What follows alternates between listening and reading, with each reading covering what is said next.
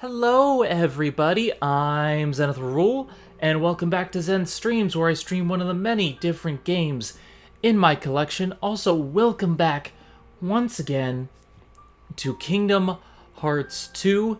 We are nearing the halfway point, and I believe that today we will actually get to fight Demyx. For reals this time. Yeah. Are you ready to dance water dance? I know I am. I'm ready to dance the water. Dance water, dance water, dance water, dance water, get that water, dance on me. Then again, if you think the regular Demyx is bad, wait till we get to the Data Demyx fights. That's gonna be loads of fun. In any case, last time we completed the Pride Lands, which was pretty damn easy. The only hard part of the Pride Lands is that first fight right after you start. Alright, and with that, we're gonna go to the world map. And the first place that we can go to... Well, actually, before we do anything... You know, I'm gonna save that for later on in the stream. I did say that today we're going to have some finny fun, but I'm gonna wait till people are actually in here, so let's start off with Twilight Town.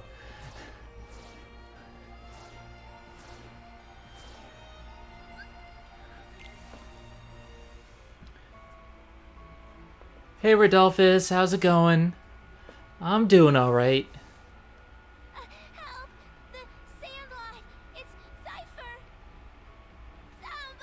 And I hope you can't hear that in the background because somebody is playing music in their car so loudly I can hear it inside my apartment. I don't think so. Okay, good. Alright, now I gotta head down to the Sandlot because somebody's attacking Cypher, yo.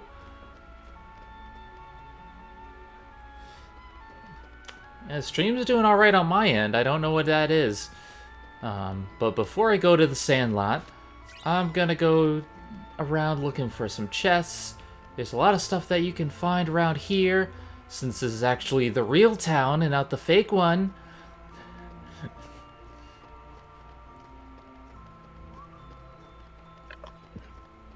And as much as I like Twilight Town, I really do miss Traverse Town.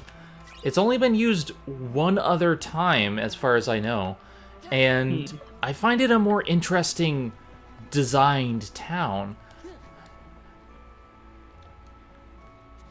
To me, it was always more fun, especially because it was just like, this is a town created by people who had lost their way.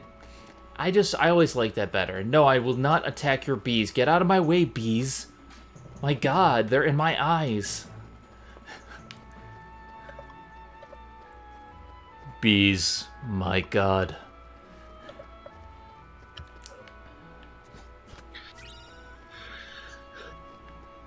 Alright, there's a lot of chests that are hidden in Twilight Town. I don't think we can get all of them just yet. I'm just gonna grab as many as I can find at the moment.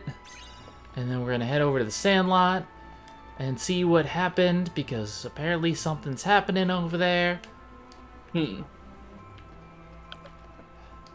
I think Cypher's just being a chicken was, if you ask me. Yeah.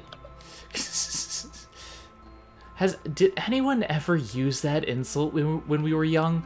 I know Nope. I don't remember anyone ever using lamer or chicken wuss, and yet they use it a lot of times in this game. Alright, later Adolphus, I'm sorry about the frame rate. Hopefully, I'll post this later on YouTube in a little while, a couple of years. I'm sorry, I really need to get better about posting these, but I don't like to overtax my YouTube viewers.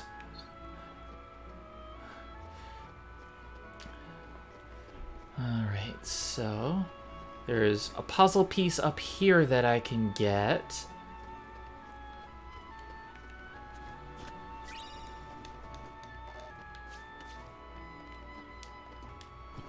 There we go. Daylight puzzle piece.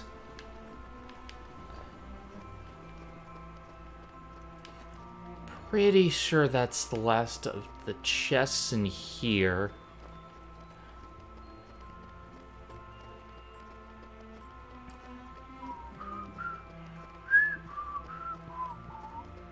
Yeah, that's the last of the chests on this side. Let's see, abilities, Donald.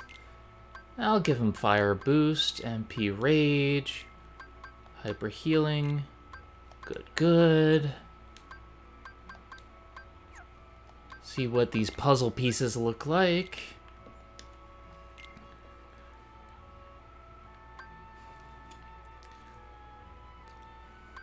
You know, when I played Final Fantasy IX, I did not imagine that Vivi would have a high-pitched, girly voice. No. Then again, appearances can be deceiving, but I always thought of him more as a young boy.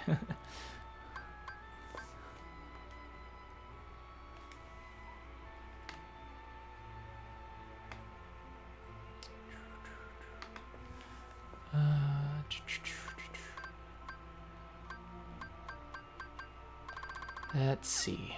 Missions. Yeah, there's a lot of missions in Twilight Town. There's a lot of stuff that you have to do in Twilight Town. And we're going to save that for the end game because, yeah. Hey, Retro K, how's it going?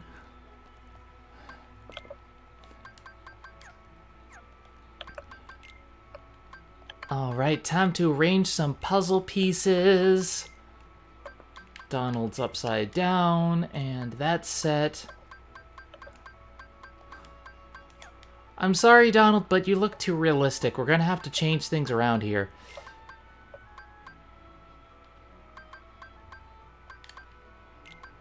Alright, so that's there.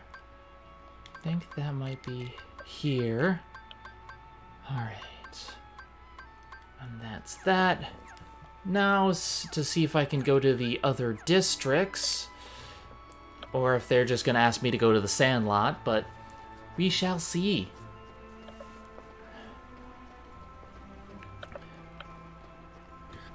Alright, I can actually go to the other districts this time. So... I can't get that puzzle piece because I need Super Glide. There's some chests up here.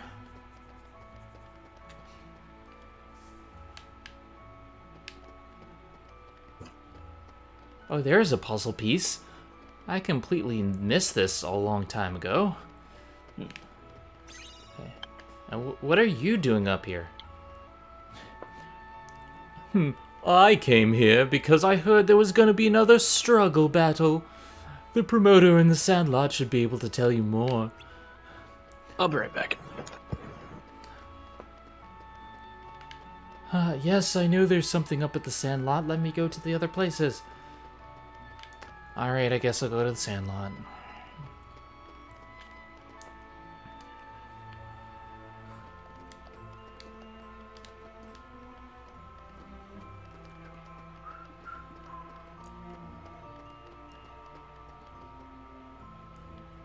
I can go to the back alley, but I can't go anywhere else.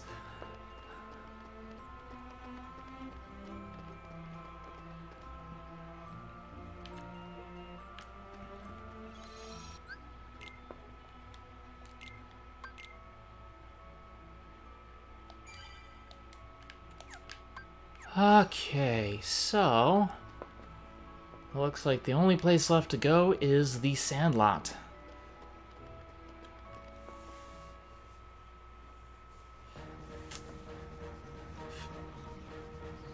And of course the nobodies are up to no good like usual. We'll take it from here.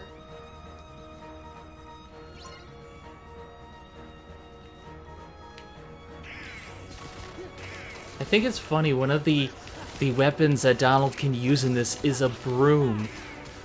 It's like, I know he's a mage, but it's a broom.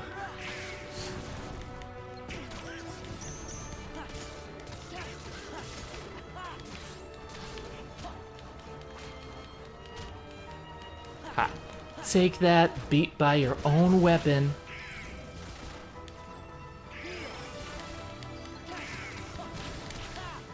those berserk nobodies are just so annoying, though. Like, one is fine, but they can block your attacks, and then they go into their berserk modes, and they just take off so much of your health. I always hate fighting waves of them, especially later on in the game, when they start being a lot more higher HP, higher attack, defense. Like, later on in the game, they can decimate you. Like that. I don't like you. Get away from me. Why do you hate me? I did nothing to you.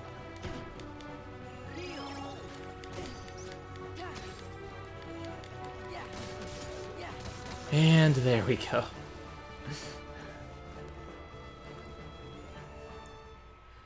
Impressive. Impressive. Most impressive. By the way, have you seen a man named Axel? I expect he's here somewhere. Like I care. You see, Axel's no longer acting in our best interest. I like how Sykes is just like, Axel's a nuisance, can you destroy him for us? And you're just like, well, why would I do anything for you? Don't let your guard down. Axel will stop at nothing to turn you into a heartless. Gee, thanks for looking out for us, mister. But I'm sure we can take care of ourselves just fine. Glad to hear it. Axel aside, it would break our hearts. to Break hear our something hearts. happen to You don't have hearts. You don't even have a kingdom of hearts. True, we don't have hearts. But we I love the really hair know what it's flip. like. I'm Sykes, That's what makes and us special. I'm so beautiful. We know very well how to injure a heart. I'm a pretty boy with a scar. Sora, you just keep on fighting those heartless. Let's jump in after him. How come? I'm not sure. Ooh, nice. Maybe he'll lead us Hopefully to the the location PS4 is to much better than Don't be the reckless. PC, Rodolphus. Do you want to end up like Riku? What?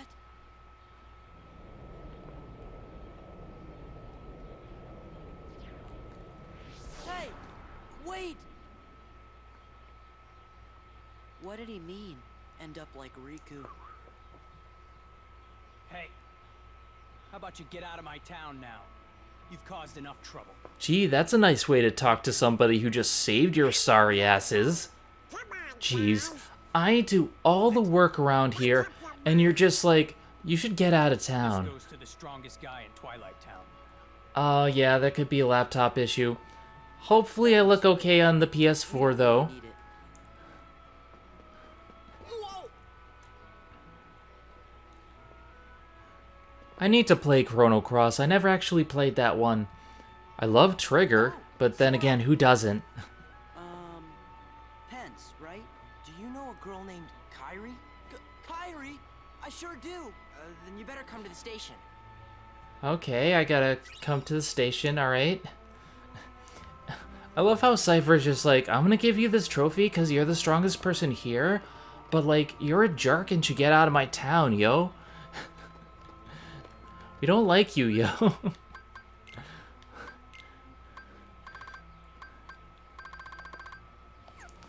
Cypher's the hero we don't deserve, yo, even though he's a jerk. Self-appointed head of the Twilight Disciplinary Committee. So nobody appointed him. He's just like, yo, I'm the toughest mofo around here. I'm Cypher. I'm the disciplinary committee head. Okay.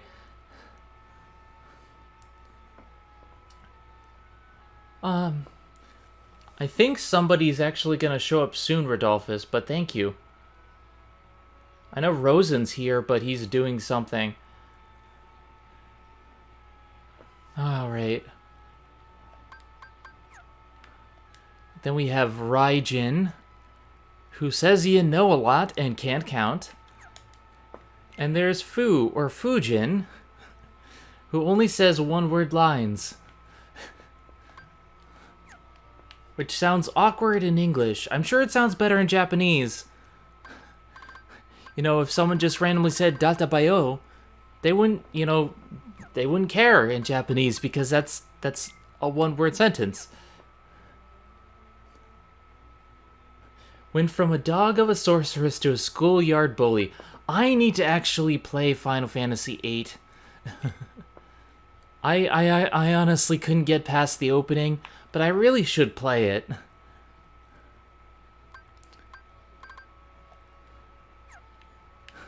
Hi, I'm Syx. I'm a pretty boy. I do the hair flip. I mean, I do it personally, but I'm actually a girl.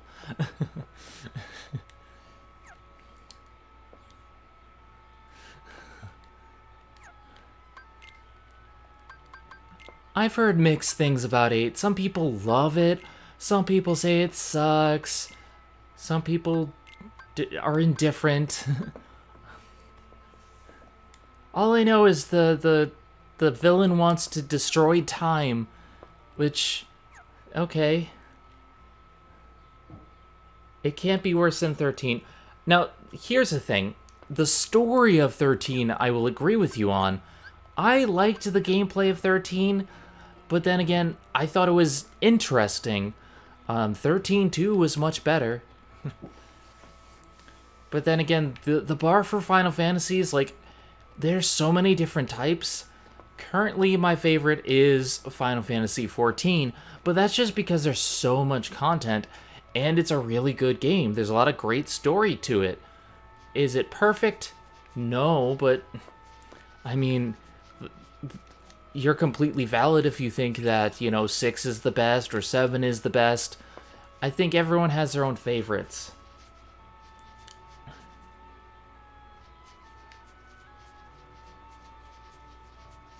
Enemies level with you? That sounds kind of annoying.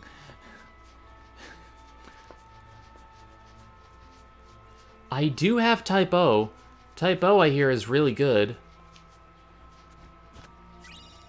I got Type O for the Final Fantasy 15 demo.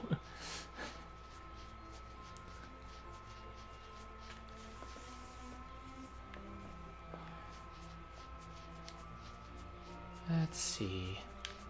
Are there anything? I already opened these chests. 13 takes the right type of mood. You have to be in like a kind of calm, not paying attention kind of mood. It's very different. I wouldn't recommend it to everyone, but then again, that's just kind of how it is. Hours drawing magic instead. Drawing and junctioning were just so confusing to me. I understand there's a way to like break the game and do it really, really quickly, but they don't explain it that way. And so like when I played like the first little bits, I was so confused, especially because Final Fantasy VIII doesn't open like any other Final Fantasies. Final Fantasy 13 is overblown with a lot of explanation. Final Fantasy 8 has no explanation, and there's a lot of information on how to do like combat and junctioning, but it doesn't explain to you what is going on, and I was kind of confused.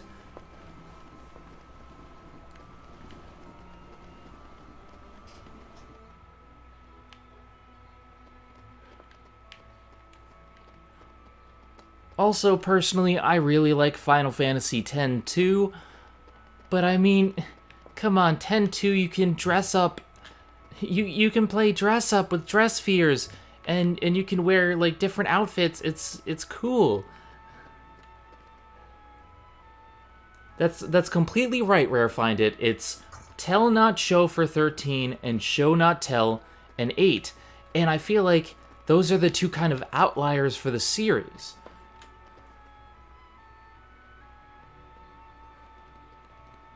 Okay, I'm back. Welcome back. I was just talking about how I love Final Fantasy X too, and we were also talking about how 8 and 13 are bad in different ways. Yeah. Pain is awesome. Yuna is far more awesome in 10-2 than she was in Final Fantasy X. And ooh, hi Kairi, you're very cute. I like your outfit. Can I wear it?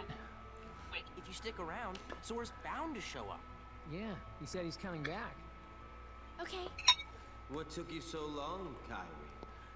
The only problem I really have with Kairi's outfit in Kingdom Hearts 2 is that it has 2 zippers, and for the life of me, I can't understand why. Because the bottom part shouldn't work the way it does. In order to open, it should just zip up. But then again, that's kind of the design of the Organization 13 members, too. They have a bottom zipper and a top zipper. That's not how zippers work. Let go of me. And Riku is awesome. Riku and her thong. You know, when I first played Final Fantasy X, the funniest thing was I thought Riku was, like, partially naked throughout the first half, and then you realize, oh, it's just a bodysuit. Yep. Kairi. Except for the time that they turned into fairies and worked for Maleficent. Yeah, that was so stupid. We're gonna get to that in a minute. It's not your fault. Come on, cheer up. I liked that they were in Kingdom Hearts 2, but Gotta help Kairi. they didn't really do much. Hi, we're fairies. Do you know Maleficent?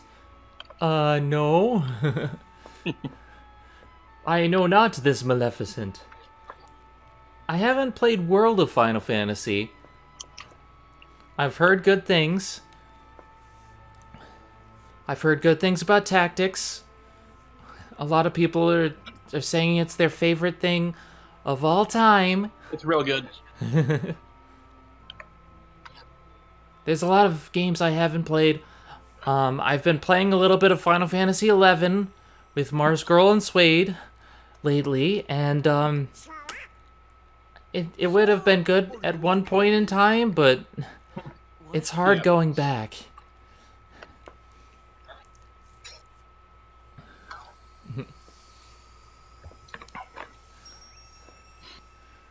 Speaking of Final Fantasy, tomorrow at 4 p.m., I will be streaming Final Fantasy XIV with Suede and Mars Girl accompanying me. So we will be doing a, I'm more of a veteran, Mars Girl's even more of a veteran, Suede's new to Final Fantasy XIV. So join us for that, we're gonna have some fun. I think 2 is one of the biggest black sheep. That was the one where you could kind of win the game by attacking your own characters. What just happened? A new road is open, and Kairi and Riku are waiting somewhere along it. You'd better hurry then. You coming back? Promise.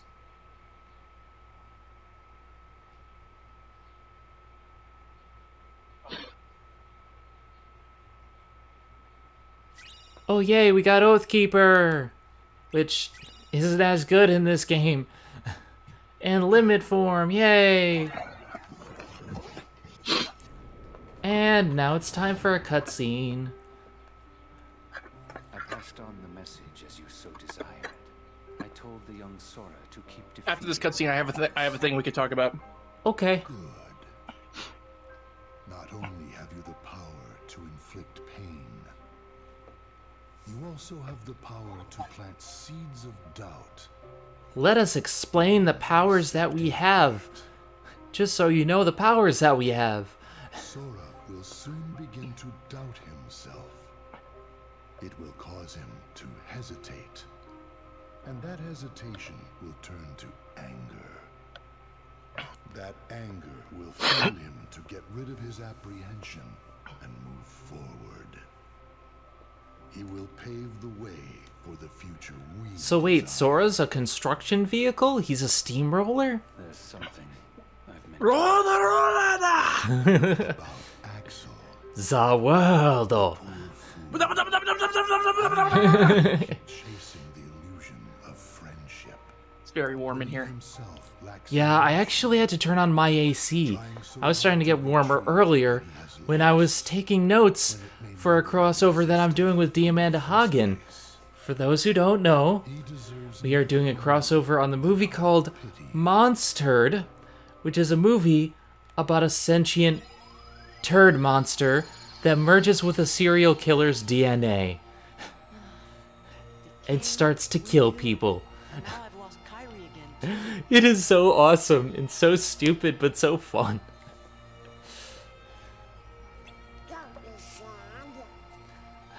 Xemnas has crawling in his skin, crawling in my skin playing 24/7. Otto's right, you know. Why, you're... So it's all my fault? Gosh, I didn't mean that. Yes, you did, Goofy. natural to you, and we're sure to find them.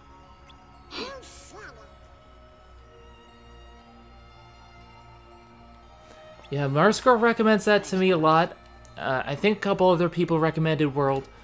But that's on my list. Oh no! Hollow Bastion! It's all covered in darkness! You're right, Chipper. I wonder what's... Sora! We better hurry and check it out right away! The other thing that I've been working on today, after I finished taking notes for Monstered, which, once again, that was a really fun movie. After I did that, I started work once again on Saw, and Saw is nearly finished. I'm just almost done with the script, and then I'm gonna get to work on Saw 2, because we're gonna actually have to film this stuff when we get to Con Bravo, so I'm gonna get it done. And I don't know if she has anything else in mind to film with Linkara, because I know she did one last year that I cameoed in with Mercury Man, Let's go check which in with that was really fun to do. I think they're at Um, Merlin's. But yeah, we're gonna have fun at Con Bravo. Yeah. Oh, by the way, while we're talking about JoJo, did you hear about the new droid for Star Wars? No, I heard that there was gonna be one, but I haven't. Its name is Dio.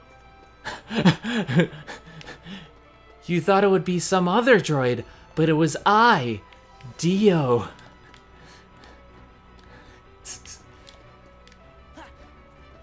Alright, looks like I can't get that yet.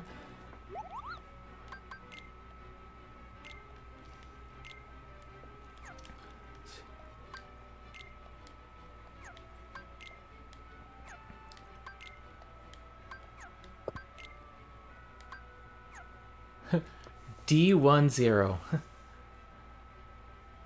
Yeah, Mercury Man is very pro-transgender folk. One of the main characters, I believe it's Nam Tong, is a transgender woman, and there's a joke in the film where they say, "Oh, I'm gonna castrate you," and she says, "Sorry, my doctor already did that for me. Thank you," which I find that funny.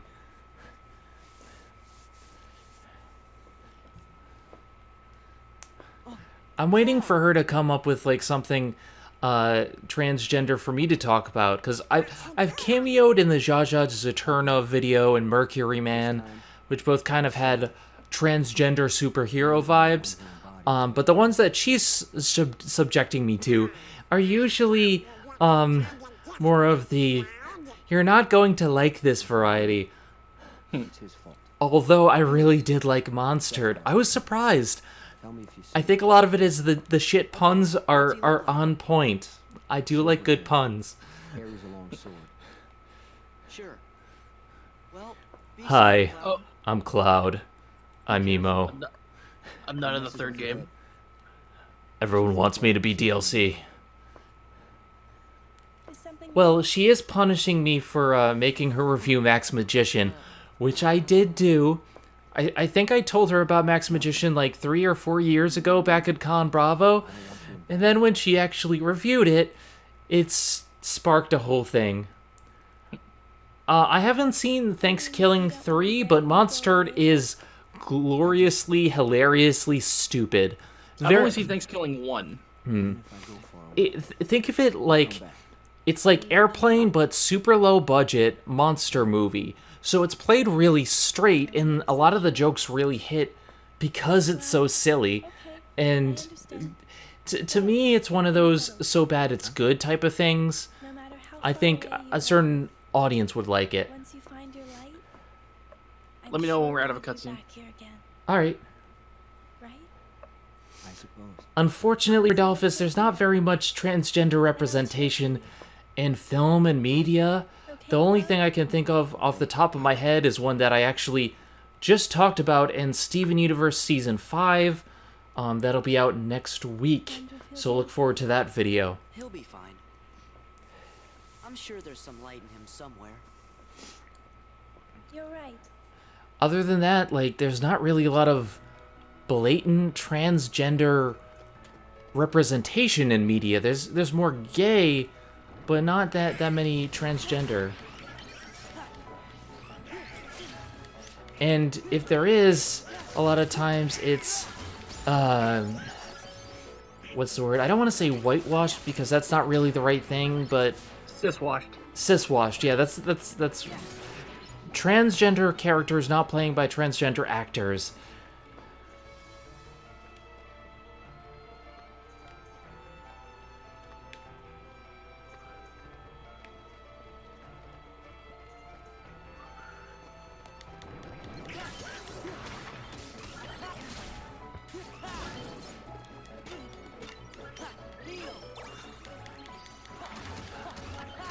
I'm being defeated by books.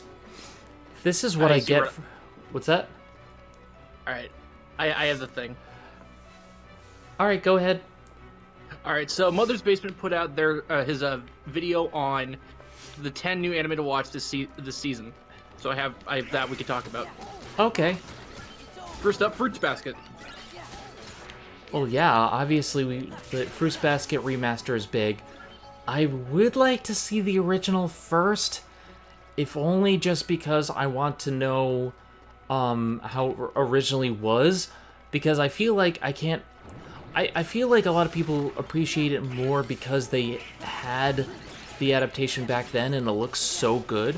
I've seen the comparison photos, and yeah, the new one looks so much better. Well, it's an FMA versus Brotherhood situation. Yeah, which is, I mean, I grew up with FMA, and I didn't mind that it was kind of cheaper animation, but, you know, that's me. The problem is it's a lesser adaptation. 3 Generations. I don't believe I've heard of that one.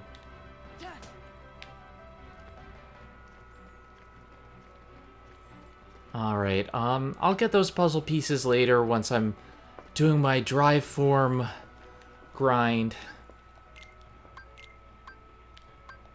Power boost for Sora. AP boost for Sora.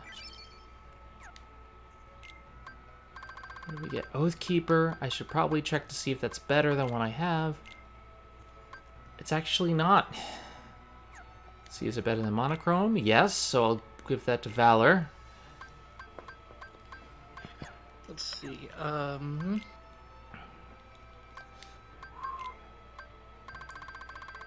I just want Bloomin' to use Season 2, damn it. I think it's in development. I really hope so, because I loved Season 1 so much. It was like, it was so gay and so good. Yeah. Oh, and I should mention where you can watch this stuff. So Fruits Basket is on Crunchyroll. Next on Funimation is Robi Hachi. Aren't they getting a new dub for it as well, for the, Which? Fruits Basket? Yes, it's a simulcast.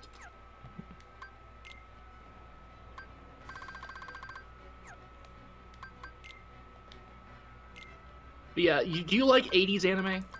It really depends. Or actually older anime? Like, do you like Mazinger Z and old Gundam and that kind of thing? Boys... Because this is a throwback to that. Boys Don't Cry. That sounds interesting. What? Oh, where he was talking about a transgender anime. Oh, the Hilary Swank movie. Yeah, I've heard. I think she won an Oscar for it. I don't know, I'd have to see that. There's also an anime about a transgender, trans female. I forget the name of it though. God. Wandering Sun. Yeah, Wandering Sun. I heard it was good too. Yeah, I read the manga of that in my comics class. It's really good. Alright, I just need one more puzzle piece for this puzzle. I just found this funny. Are you familiar with the concept of bara? That's like big boys. Like muscly gay men. Yeah, I've heard of that. I'm not really into it, because You're not into guys, so. I'm mostly lesbian. I don't classify myself as bisexual, but there are some guys I'm attracted to. Yeah. Well, yeah, someone just put this on Twitter. Bara artists draw dicks like Snickers bars. Guys, can we please not use the T word in chat? I personally find that offensive. Let's not. Would you like to know what Robi Hachi is about? Sure. Neo Tokyo, of course, near GC Galactic Century 0051, which marks a half-century since first contact was made. Humans have obtained super light-speed navigation technology and formed a commonwealth of planets with aliens. A streak of bad luck is continuing for self-proclaimed finance reportage writer Robbie Yarge, who is around 30. Hello. Jello. Hey, how's it going, Max? Hey, Willis. We're talking about Robbie Hachi. Also, no worries, Rodolphus. Just letting you know. Yeah. He fails at work, so his contract is cut. His girlfriend leaves him, he nearly dies in a traffic accident, and debt collectors come after him. One day, a bag snatcher steals Robbie's bag, and a young man helps him. Hachi Kita, an 18-year-old part-time worker, catches the criminal in return for Robbie's bag. Robbie offers some gratitude in the meal in return. The pair discover that they are complete opposites and soon part ways. However, Hachi turns up in Robbie's life as a debt collector. Hachi explains that it's his part-time job working for the loan shark Jan. The cat-and-mouse chase begins, and Jan's finance president, Jan, takes his subordinates Aro and Gra along for the ride. Robbie manages to elude Hachi and escape to space while shaking off Jan's group. Robbie thinks of escaping to Isakander, a distant and legendary planet in the Milky Way that is said to bring happiness to those who go there. Though Robbie thought he had to escape to space alone, he discovers Hachi inside his spaceship. The two decide to travel across the galaxy in search of Isakander. So it's space pirate kind of thing? Yeah, it's like Outlaw Star. Alrighty then. Interesting. Alright, so I can't go through there yet. Oh yeah, and Zenith, my wife said, "Oh great, now you're gonna go spend time with your other girlfriend," meaning you. Look, I know I'm very sexy, okay? But there's enough of me to go around. I can share.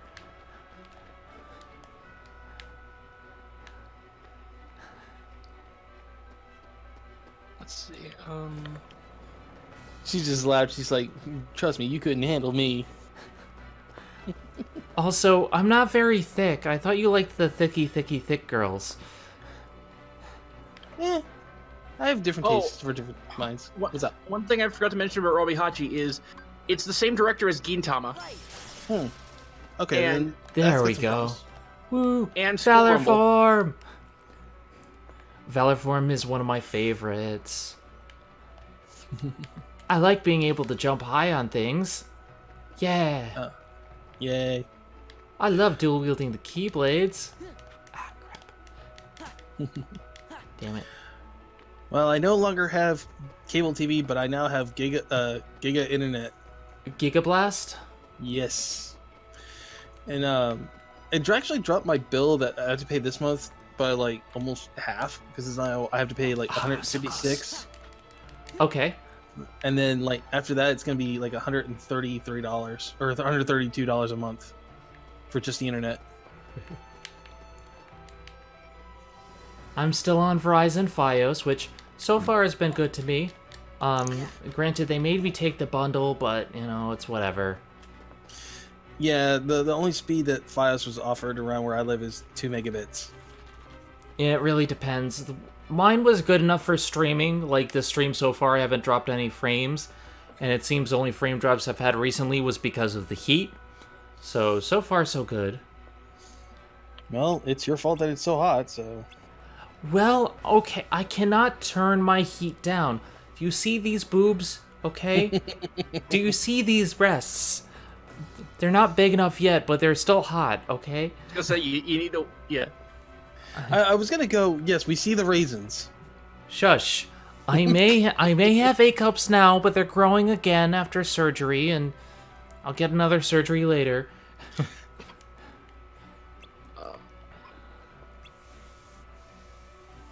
so many made-up search engines, it's hard to keep up. Especially like the ones in baseball? anime. I don't like baseball, but then again, sports anime have been a lot better these days. I was about to say, do you like sports anime? I mean, everything is technically a sports anime. Right, but the next thing I have to talk about is a sports anime, and I want to see if I should just skip it. Naruto is a sports anime. This is an anime about a middle school baseball team. I mean, if it's... crap, I'm trying to think, because wasn't there another one? Was it Ice Shield 21, or... That's football. Yeah, it's football. What was the other baseball one, I think? I know what you're talking... Hold on. Baseball's huge in Japan, so it wouldn't surprise me if there's a lot. Yeah. I mean, I really like Prince of Tennis. I really like... This is from the maker of one of the more famous... it's actually a sequel to Cross Game. And Touch, which is from the same manga. Okay. But yeah, it also looks like an 80s anime, which is awesome. But yeah, like, there's a lot of good sports anime that I like. I really liked... This wasn't an anime, but I love the manga Real. Real is a fantastic manga. And that's about wheelchair basketball. That's awesome. It's really, really good.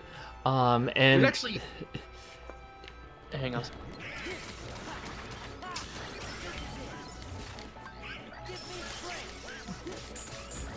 Time to get my jump upped. Gotta ump your jump. Actually, I got a recommendation for kind of a... It's a manga, but it's not like your typical Japanese one. It's more of a... Like, it was made in China, but it's pretty good. It's not Shield Hero? No. Shield Hero... Actually, I'm still enjoying Shield Hero. I know. It's called Skeleton Knight Who Couldn't Protect. And it's about this...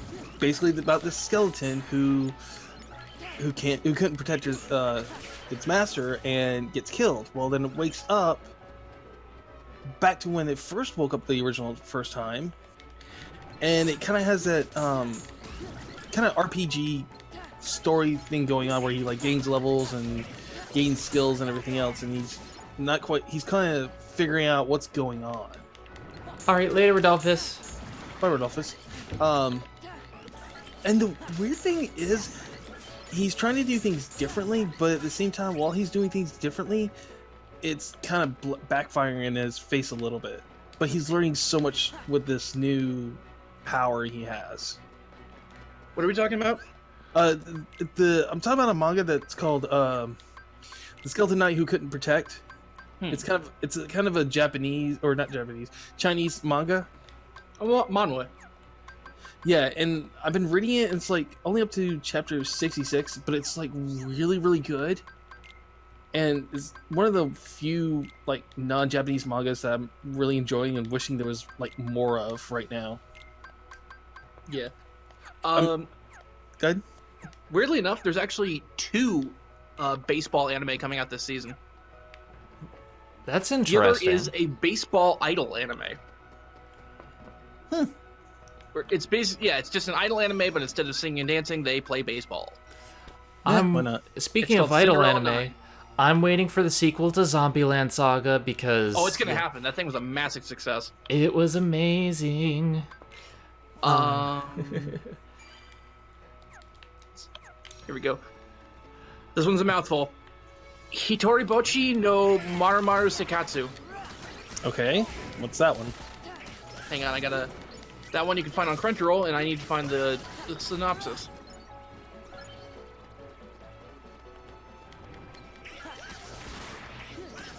So crunchy. Let's roll. Hitoribochi suffers from extreme social anxiety. She's not good at talking to people. She takes pretty extreme actions and is surprisingly adept at avoiding people. Like, Hitoribochi literally translates to alone, so... Right. Her legs cramp up when she overexerts herself. She gets full of herself when alone.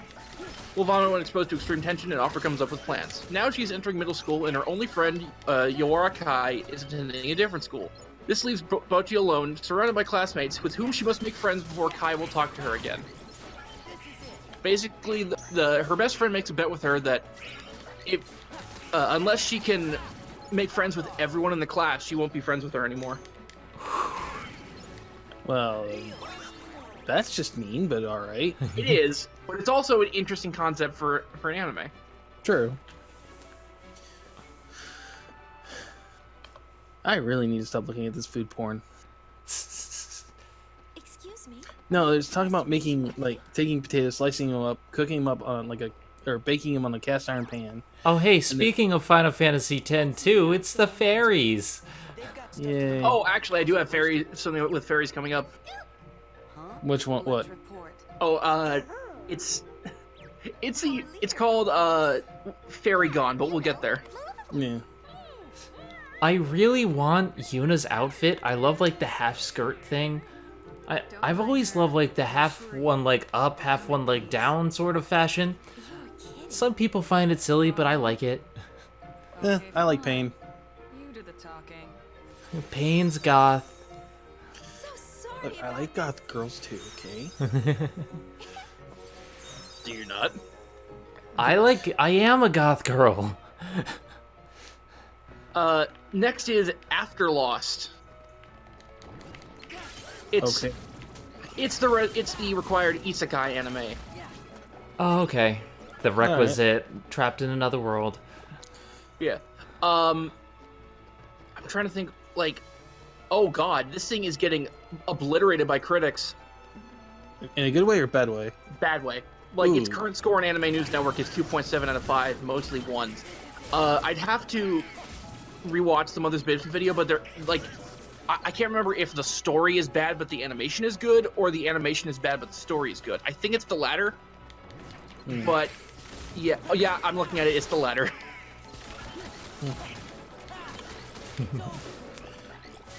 Oh, but like I was saying, that reminded me. Skeleton Knight Who Couldn't Protect. It's an isekai, but it's actually done pretty good. What? That time I was reincarnated as a slime? No, that one is pretty good too. Skeleton Knight Who Couldn't Protect. Let me look it up real Oh, quick. yeah. Oh, by the way, there is... Oh, God, I'm so happy that there's more Konosuba stuff now.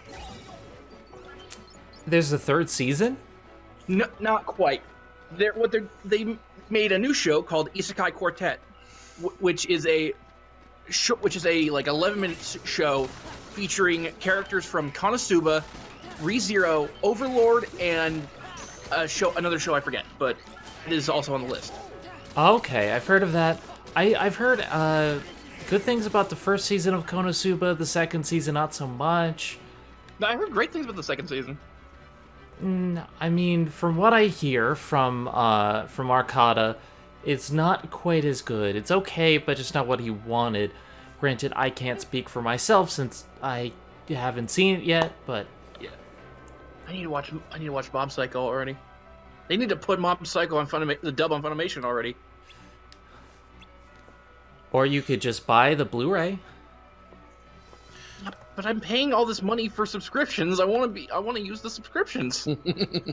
Yeah, but when your internet's bad, or when they lose the license, I would also much like rather watching buy this the with people, thing. and I can't use the Blu-ray. I also don't have a Blu-ray drive on my computer. Like, I don't have a CD drive either. You don't have a PlayStation? I have an Xbox which plays Blu-rays, but again, I like to show anime to other people, and I can't do that with a Blu-ray.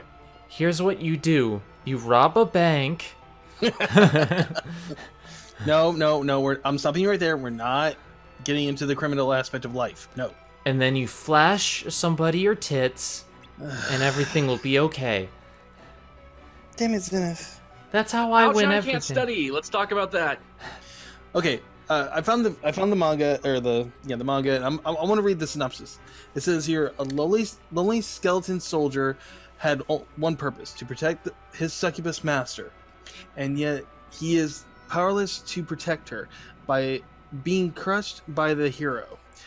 But fate has more in store for him as he gets another chance to protect his master once more and tries to change his destiny despite all odds. That's the description of the manga. But here's the thing: on the site, it has it listed as tragedy, fantasy, and supernatural, but it's an isekai. Yeah, they really don't have an isekai category. They should probably do that because now we have, let's see, Excel World, Log Horizon, SAO, blah blah blah blah. Like this. Never mention SAO. I like it. Shut up, you meanie face. Yeah, make me. I'm pouting now. Wah. Go have a sucker. All right. Here. I went ahead and behave. Fine. No cookies. I went ahead and linked the manga in the journal chat, so y'all can look at it if you want to. You're a meanie face. Fine. I apologize. Thank you. You're not welcome. Fine, I'm not gonna wear a sexy outfit next stream. Man, you always gotta ruin the fun. All right, fine.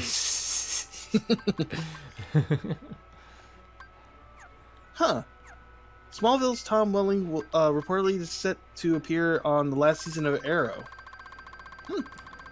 I need to actually watch Arrow when it comes back on, but we'll see. Yeah, because they already said season 8 is only going to have 10 episodes. Yeah. I mean, I stopped watching after season 4, I think mid-season 4. Yeah. But then again, I like to do retrospective videos anyway. Yeah. Because I've been, like, keeping up with The Flash, and that's pretty good. I mean, Arrow's starting to get better this season, than being just a repetition. And then now Arrow's getting to go away, and now they're talking about bringing a couple of new DC shows. By the way, Rare Find at 18 is still a teeny bopper. It's still a teen. Seen a teen, yeah. By the way, I was wrong about what's it called? I was wrong about the After Lost. That is not an isekai show. That's just a standard fantasy show. Okay. The Wise Man's Grandchild, that's the requisite isekai show.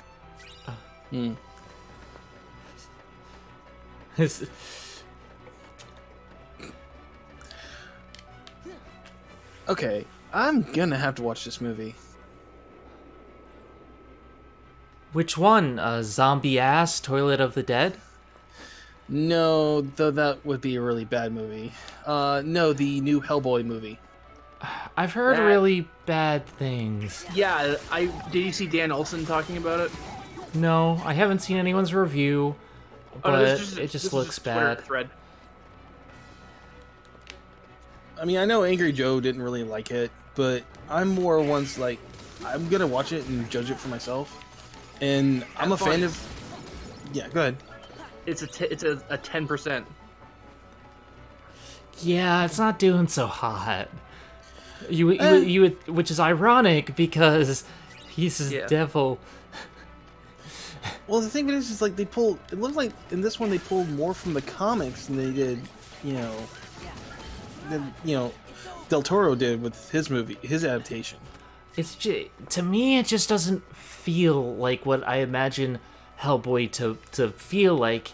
I mean, granted, I'm spoiled by the Guillermo del Toro movies, but even still, it's one of those things where I expect something, like a certain thing. I don't mind a darker tone for Hellboy, because, like, look at Pacific Rim. That had a dark tone, but I don't know. For me, I feel like there's just something about it that gets to me, and I don't know what.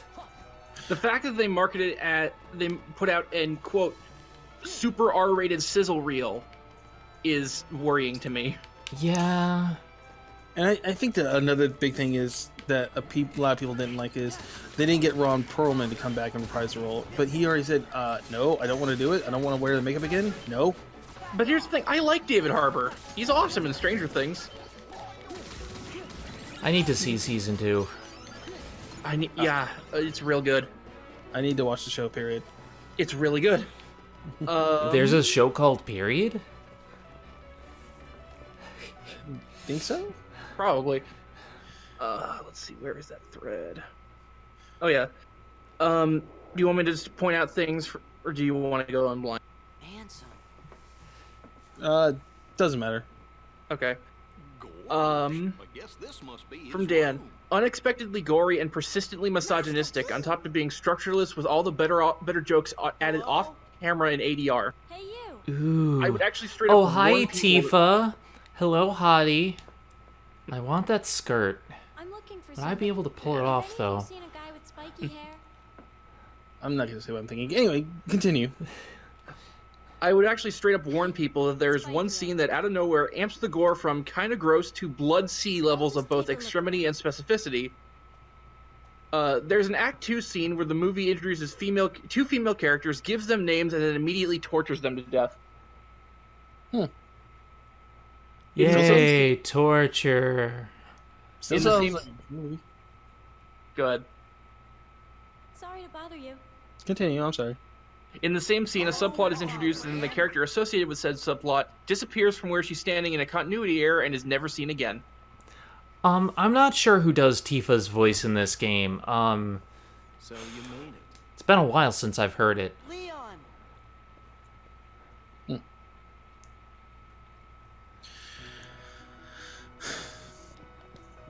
I hearing that actually kind of makes me want to still watch it and judge, because in all honesty, I do like bad comic book / horror movies type setups. Like, 'Cause I get that, but this just sounds unpleasant. Yeah, but I still want to see. I still want to judge it for myself. You Like- know, It sounds like a Zack Snyder movie. So it's 300? Okay, it sounds like a Zack Snyder superhero movie. Sucker Punch? okay, Sucker Punch was good. I like that one. It sounds like Batman vs. Superman. You have to Okay. be specific next time. Okay, to be fair, Batman vs Superman did have some good parts in it. The tone was not one of them. Well, okay, given the tone, yes, but the majority of the story was pretty decent. I kind of enjoyed it. The point is the tone is bad. Okay, we get it. We know the tone is bad. Okay, but still, I But reserve you know the what's, right. you know what's not bad? The Helpful Fox Senko-san. It's a super slice of life anime about a guy whose life sucks, and then this fox spirit comes into his life and just makes it better. I've been needing to read that one. I think. Computers are delicate. It's okay to touch them, but don't goof around. Don't you understand? Sora doesn't know how to computer. We're not cavemen. We have technology. Didn't work. This is it. Yeah, I don't like the voice of Aerith. It's just in this. Oh, okay. Stitch is randomly here because. Sorry. Okay. Guess I got a little carried away.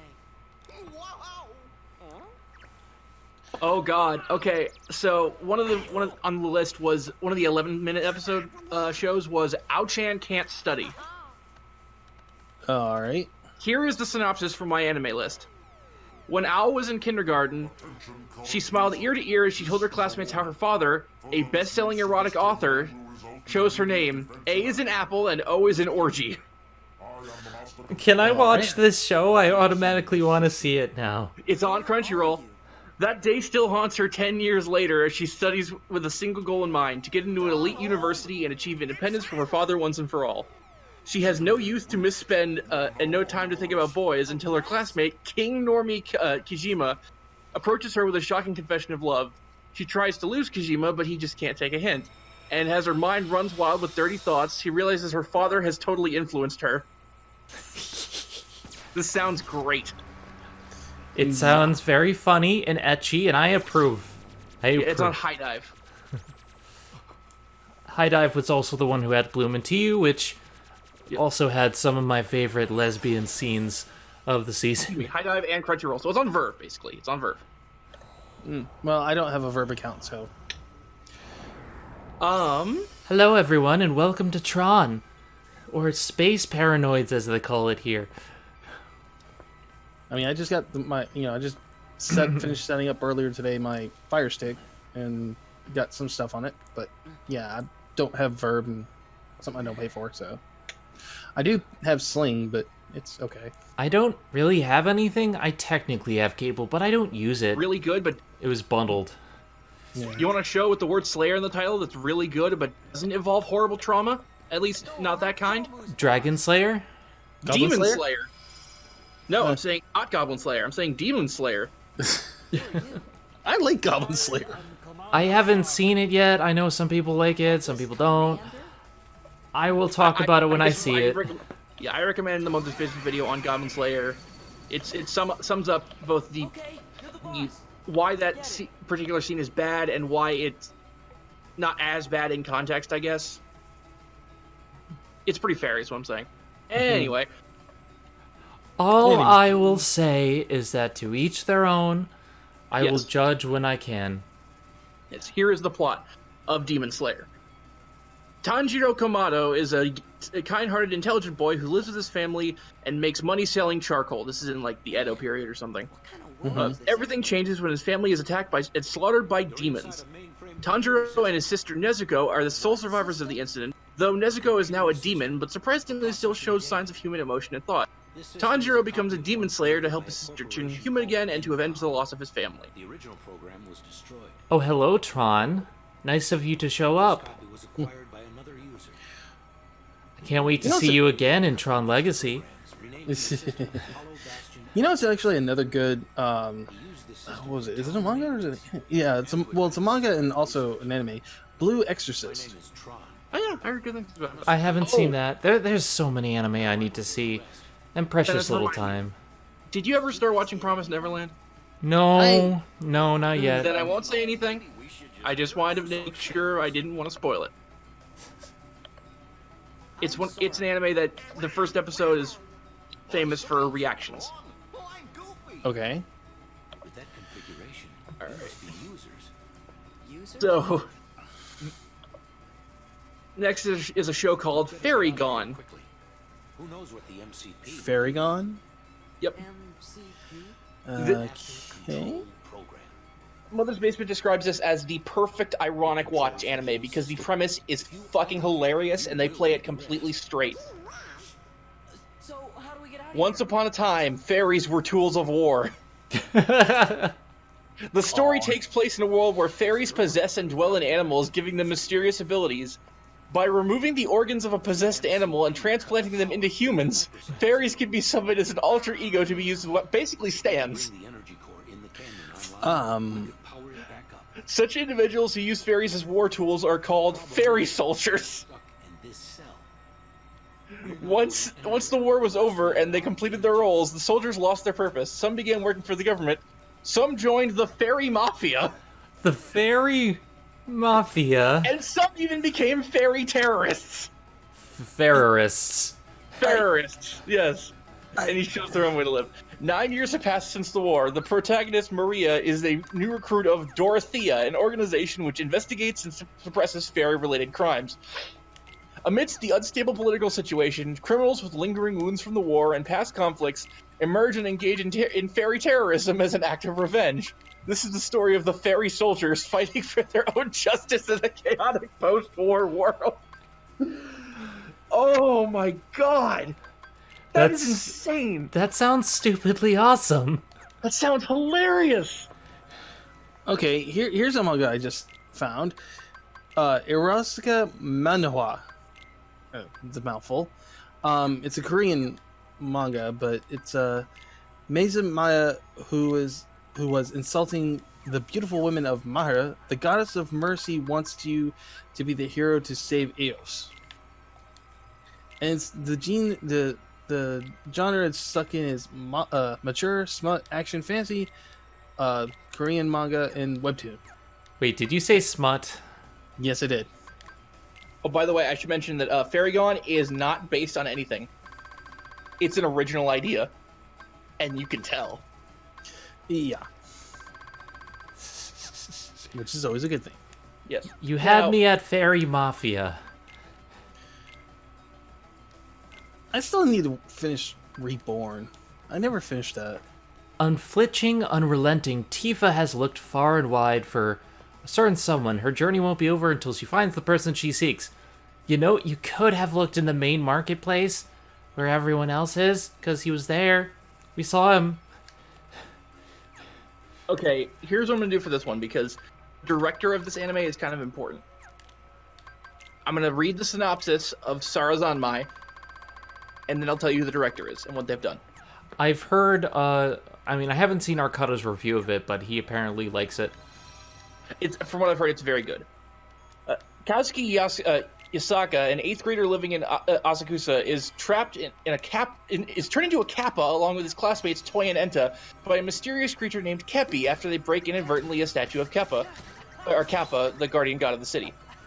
They are then ordered by Kepi, who claims to be the first heir to the throne of the Kappa Kingdom, to fight against the Kappa zombies. Bioarms created by his enemies. Kappa zombies. If they want to return to their human form, in order to kill them, they have to make a specific sound called Sarazanmai, which is produced only when the 3 of them are united, but the 3 boys cannot connect at first. In addition, one of their secrets is revealed to each other every time they emit the sound. They finally accept to take risks to collect the Plates of Hope, given by Kepi when they defeat the Kappa zombies, and which they can make their wishes come true. However, some trouble occurs over the plates. Along the course of the fights against the Kappa zombies, their fierce and past and inner conflicts keep getting revealed. Now, the director of this is Kunihiko Ikuhara, who did Sailor Moon. Well, all right then. Ah, interesting. And Penguin Drum, and let's see what else. There's one other thing. Soul Eater. Well, it was a storyboarder on a Soul Eater episode. Yurikuma Arashi. That's what I was thinking of. I'm sorry, MCP, but you seem a little bit two-dimensional there. Well, no, wait, a little bit too one-dimensional. So, okay, question for the both of you. Now, there's 2 trailers that have dropped. One was yesterday, and the other one was today. Both Star Wars. One was for the new movie, and the other one's for the new game. I haven't seen the one for the new game. I haven't seen the one for the new game, but the new movie looks amazing. Yes, it does. But it's kind of ambiguous, if you get my meaning. Oh. Because it's called The Rise of the Skywalker, so it's like... It should be called Rise of the Palpatine. Palpatine's behind it all. So but no, yeah. I think it just means that the Skywalker is becoming a term. Like Revenge of the Sith was the 3rd movie, Return of the Jedi was the 6th movie. Now Skywalker will become a group. That would be interesting, but I'm also hoping J.J. Abrams went back and actually fixed something that he was leading up to. I think everybody was hoping that Rey was actually going to be either Luke's daughter or... I don't think she's going to. I don't think she's going to be anyone's actual daughter. I want her to be a normal ass person. You know what I think? I have a feeling that it's just going to be the term she's referred to as the Skywalker. Yes, that's what I just want her to be normal. Hi, Eli. Hi. Hey, how's it going, hero? You're just in time. We just entered Tron. Yes.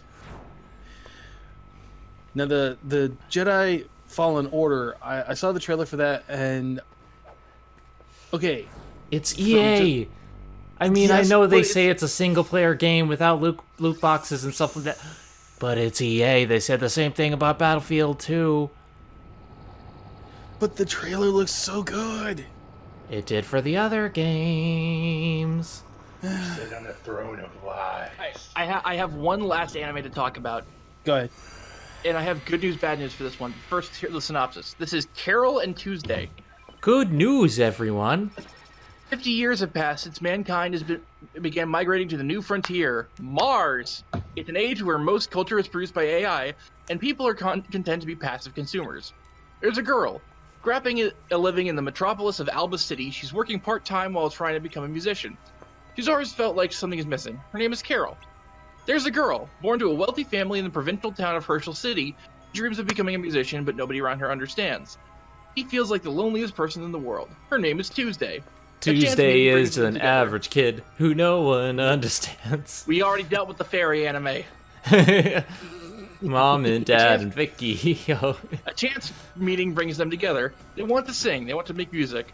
Whether they feel like they just might have a chance. Two of them may only create a tiny wave, but that wave will eventually grow into something larger.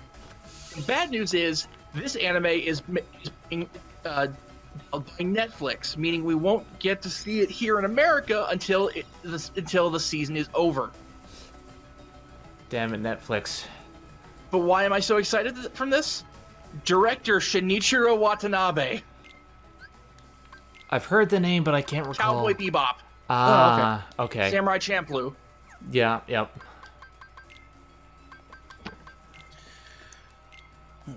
Also directed a Blade Runner movie. I like the original Blade Runner. I haven't seen the sequel that came out.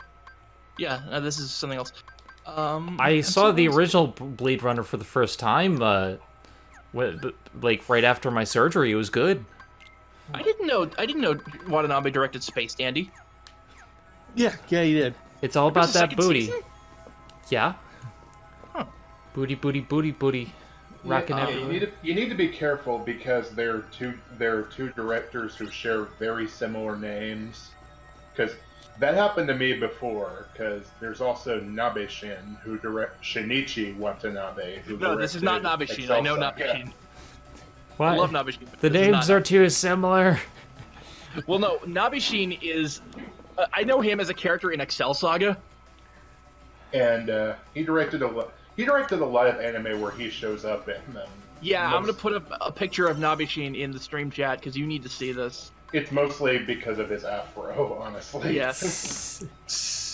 And here's a picture of him in Excel Saga. Look at that. Yep. I remember seeing them. Yep. Let me see. Nabeshin is hilarious.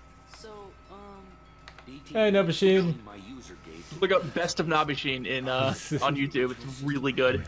Are stored there, along with anything that's sensitive or restricted. Is there stuff about the Heartless or Is it just me, or was Tron's world seemed like it was really, really short? Oh, it's super short, but then again, a lot of the worlds kind of feel super short. Kind of like it was an afterthought. Like I feel like a lot of this was like they had the second visit because they realized, oh, this is a little bit too short. They made the world so big that, they had to find a way around it. Granted, Kingdom Hearts 3, the worlds are huge. But there's just not a lot to do in them. No. There's a lot to do in Kingdom Hearts 3. The Kingdom Hearts 2, the worlds are big-ish. They're open, but there's not a lot to do in them. Kingdom Hearts Dream Drop Distance, they're huge, but there's nothing to do. You gotta catch Pokemon there. Gotta catch them all. This worked in Final Fantasy 13 too, so we're gonna have a Pokemon mechanic, and you're gonna have a Tamagotchi, and you gotta pet the Dream Eater, and then the only good thing to come out of that was Meow Wow because it's adorable. So, my friend is actually jailbreaking once again his 3DS so he can put on there the Phoenix Wright trilogy because it actually has the one Phoenix Wright that didn't come over here to the US, and he wants to play it. Hi, NSA. Because it's the one, it's the one that has the representation of Sherlock. Ah. Yeah, that's the one that. Yeah. The Great Ace Attorney. Yeah. I don't. That was in a compilation. Yeah, it's in the compilation in Japan. Oh. Yeah, but it's not in America because they don't like us. Yeah, they really didn't. Don't. Yeah, they didn't release it in Europe because they thought it would be offensive. What are we doing? We're talking about the new Ace Attorney releases. Oh yeah. Oh god. I wish that. I fucking hate how bad the releases are. Ooh, Scott Pilgrim's on Netflix. Oh, hello again, Tifa. What are you doing here? And why aren't you stripping? It's not Cinema Sins. Let's not go there. Max, you have a life. I do. Wife, she said. Again, and I can look at the menu in order if I choose. That's true. Just one waifu. Having more than one waifu will destroy your waifu. Excuse me? Pecking order. And thank you for the subscription, Mega Ralph. So apparently, I don't know where this is. Oh, okay. In Disneyland Paris, they had walk-around characters for Roger Rabbit and Jessica Rabbit. The Roger Rabbit one looked fine. This is the Jessica Rabbit one.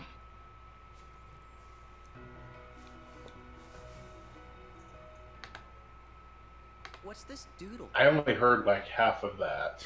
I said, this used to be a walk-around character at Disneyland Paris. That does not look good. No! Why couldn't you just put a person in makeup? Looks like a diagram or something.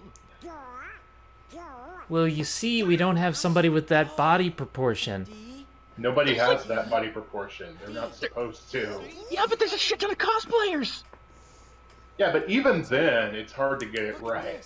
What's better than this? Yeah, it is. See? The door to darkness. You are the one who'll open the door to darkness on the computer, Sora. The door to the deep web. DTD. Oh, And it gets hi, stuck on the deep web Mickey. again. Where have you been? In the world of the unknown. Isn't the robe supposed to shield you from the people? Like, why are you saying shh? This makes no sense, and yet it's working. I'm inconspicuous. No one will ever suspect a thing. Especially not with my ears sticking out. Haha.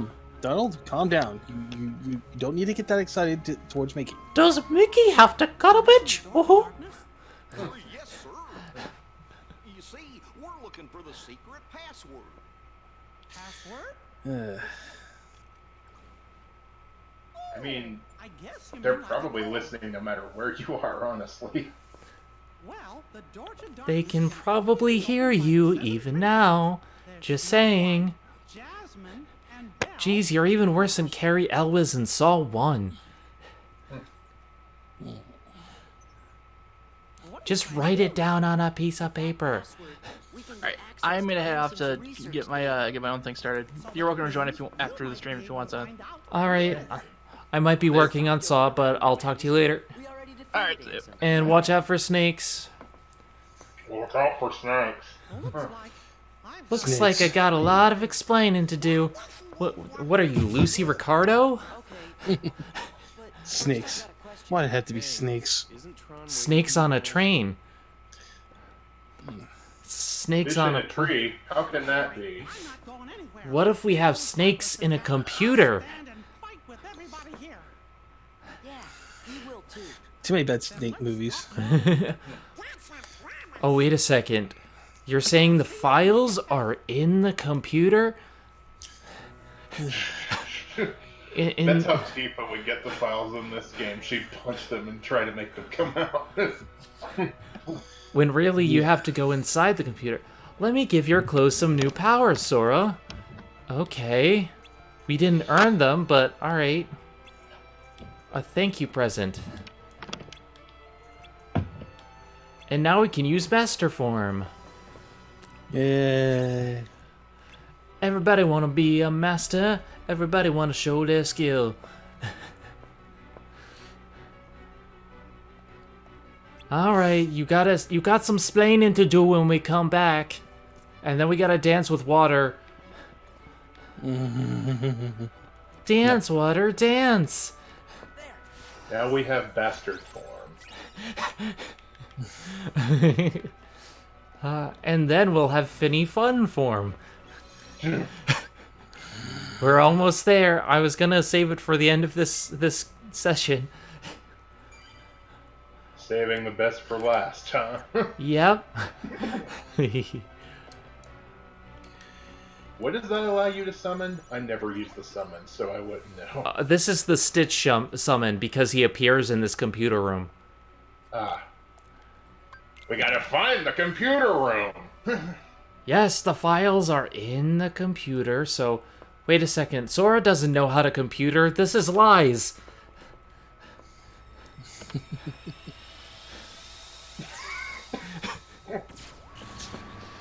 I love that scene in Kingdom Hearts 3. He's just talking. I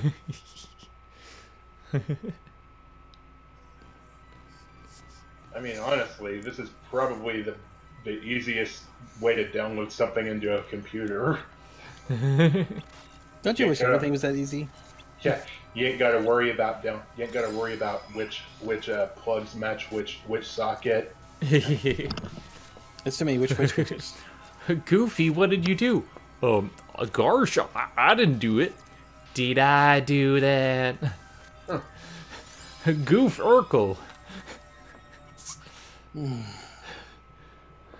I didn't do it. Yeah, okay. And now it's time for the light cycle minigame, the worst part of this. Worst? I think you mean the best. Yeah.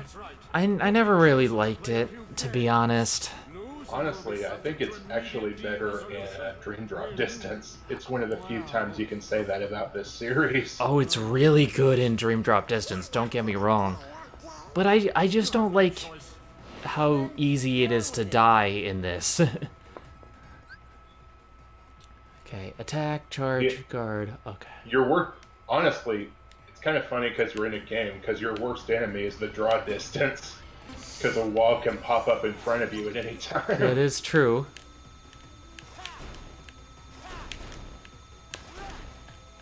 Oh, I beat them, okay. I was like, oh, I beat the Heartless. But it's not over yet. He has a giant dick cannon. Oh, he has a Vegna gun. All right. Looks like we can escape through there. Speaking of Vegna gun, what is the reason for the Final Fantasy X-2 fairies? Cameos. That's the only reason. I was gonna say plot convenience, but yeah. Deus Ex Machina, maybe? I don't think they actually do anything in the plot, though it has been a while since I played the game. The only thing they do is they give you the Gullwing's Keyblade, and they introduce you to Sephiroth. That's the only things they do in that. Why couldn't I turn right? I was pressing the button. And turn left. I can't turn left.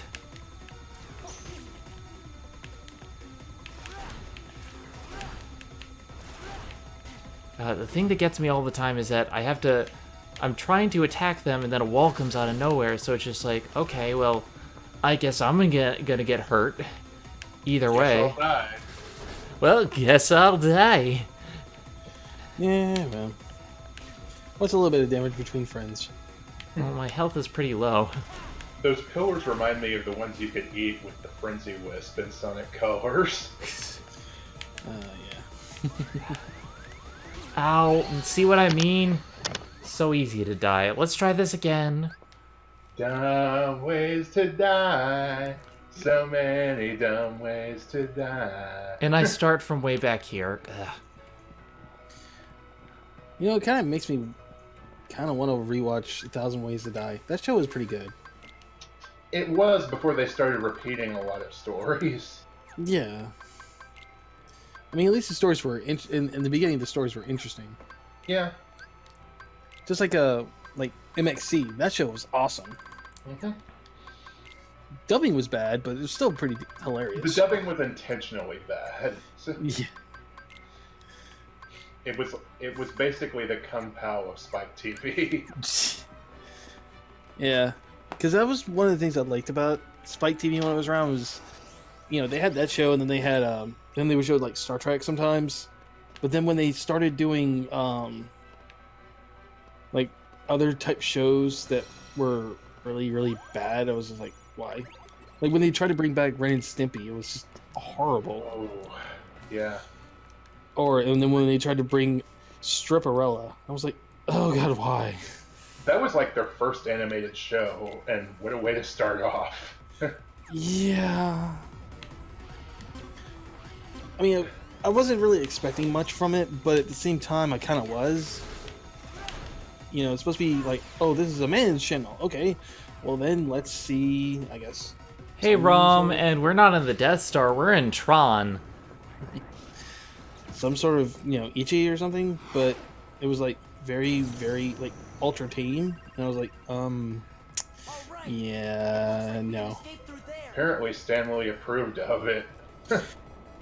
Guess what, true believers? Your old pal Stan gets horny in his old age too. Alright, true believers. Stripperella is a friend to you and me. Look, we all know Stan Lee was basically the Roshi of comics. I mean, you're not wrong. You're not wrong. A lot of people would say he stole a lot of the credit from Jack Kirby. But but even so, I do think that his place in comic history was undeniable. Well, yeah, you really can't deny his contribution. No. And now somebody at Disney is running his old Twitter account to shill the Marvel movies.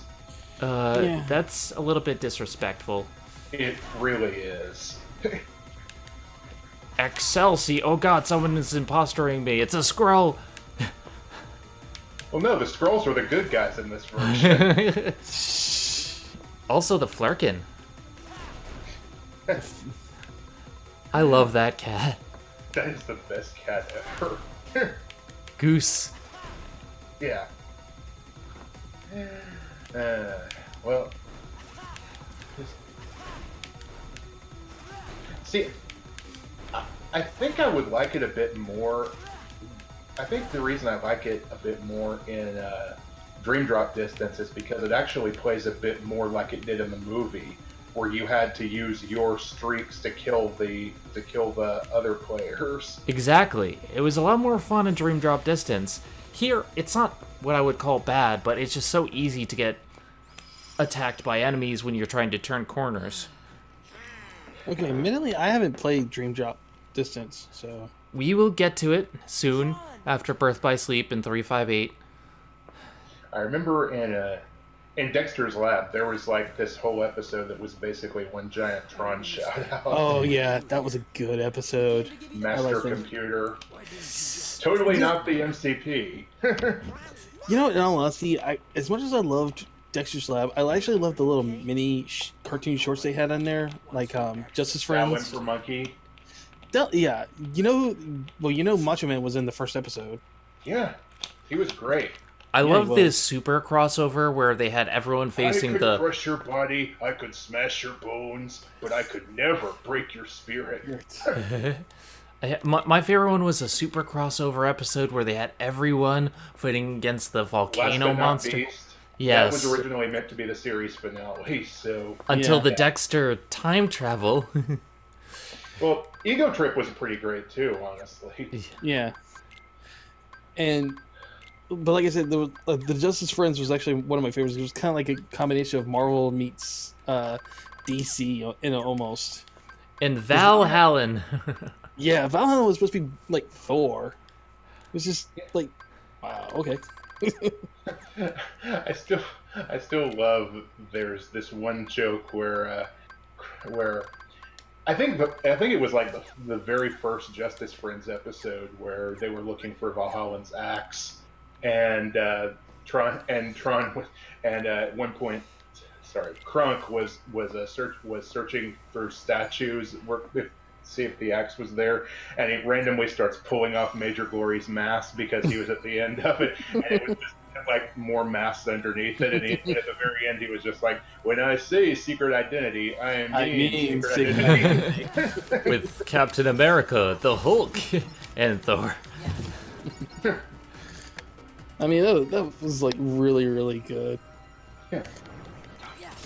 God, I miss the days when Cartoon Network had some really awesome cartoons. Yeah, but at least also when they had awesome cartoons, they also had cartoons that made you feel something. And they all managed to, like, not only market them well, but also interact well, because a lot of the cartoons would cross over with each other, and they would promote each other, and it felt more like a universe. Yeah, one of the best parts of old school Cartoon Network were those CN City bumpers with all of the various cartoon characters interacting in a real city. Especially like Samurai Jack interacting with Dexter, and the Powerpuff Girls flying off, and my favorite one is where Fred challenges Megas to a race in the Mystery Machine. I remember. Good luck. I remember watching all of Ed, Edd n Eddy, and when I watched the last episode they actually did, it was really sad. Well, the TV movie they did for it, when they actually ended it, it was really sad. I was like, wow, wow.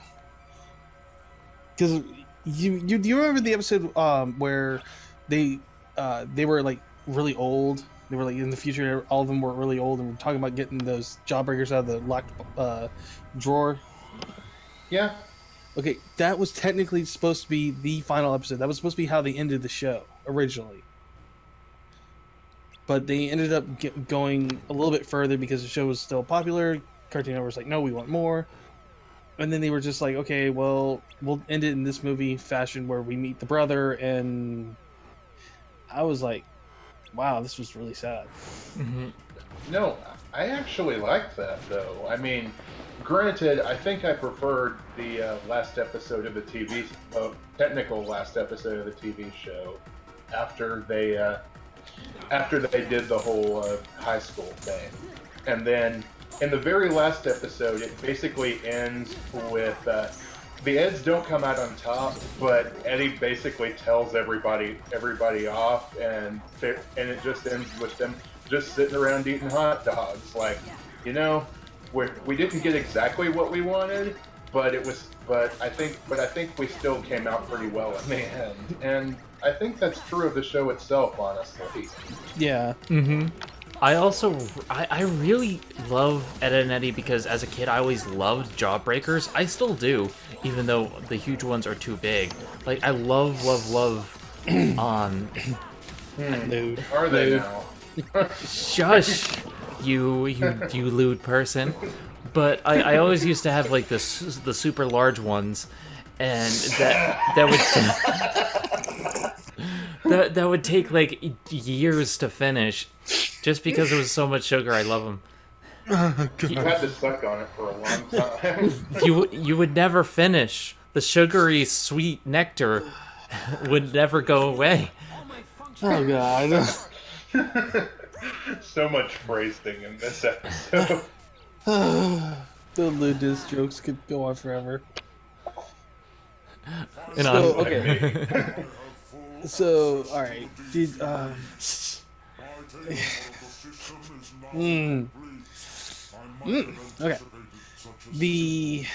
Okay. What about Johnny Bravo? Did y'all like that one?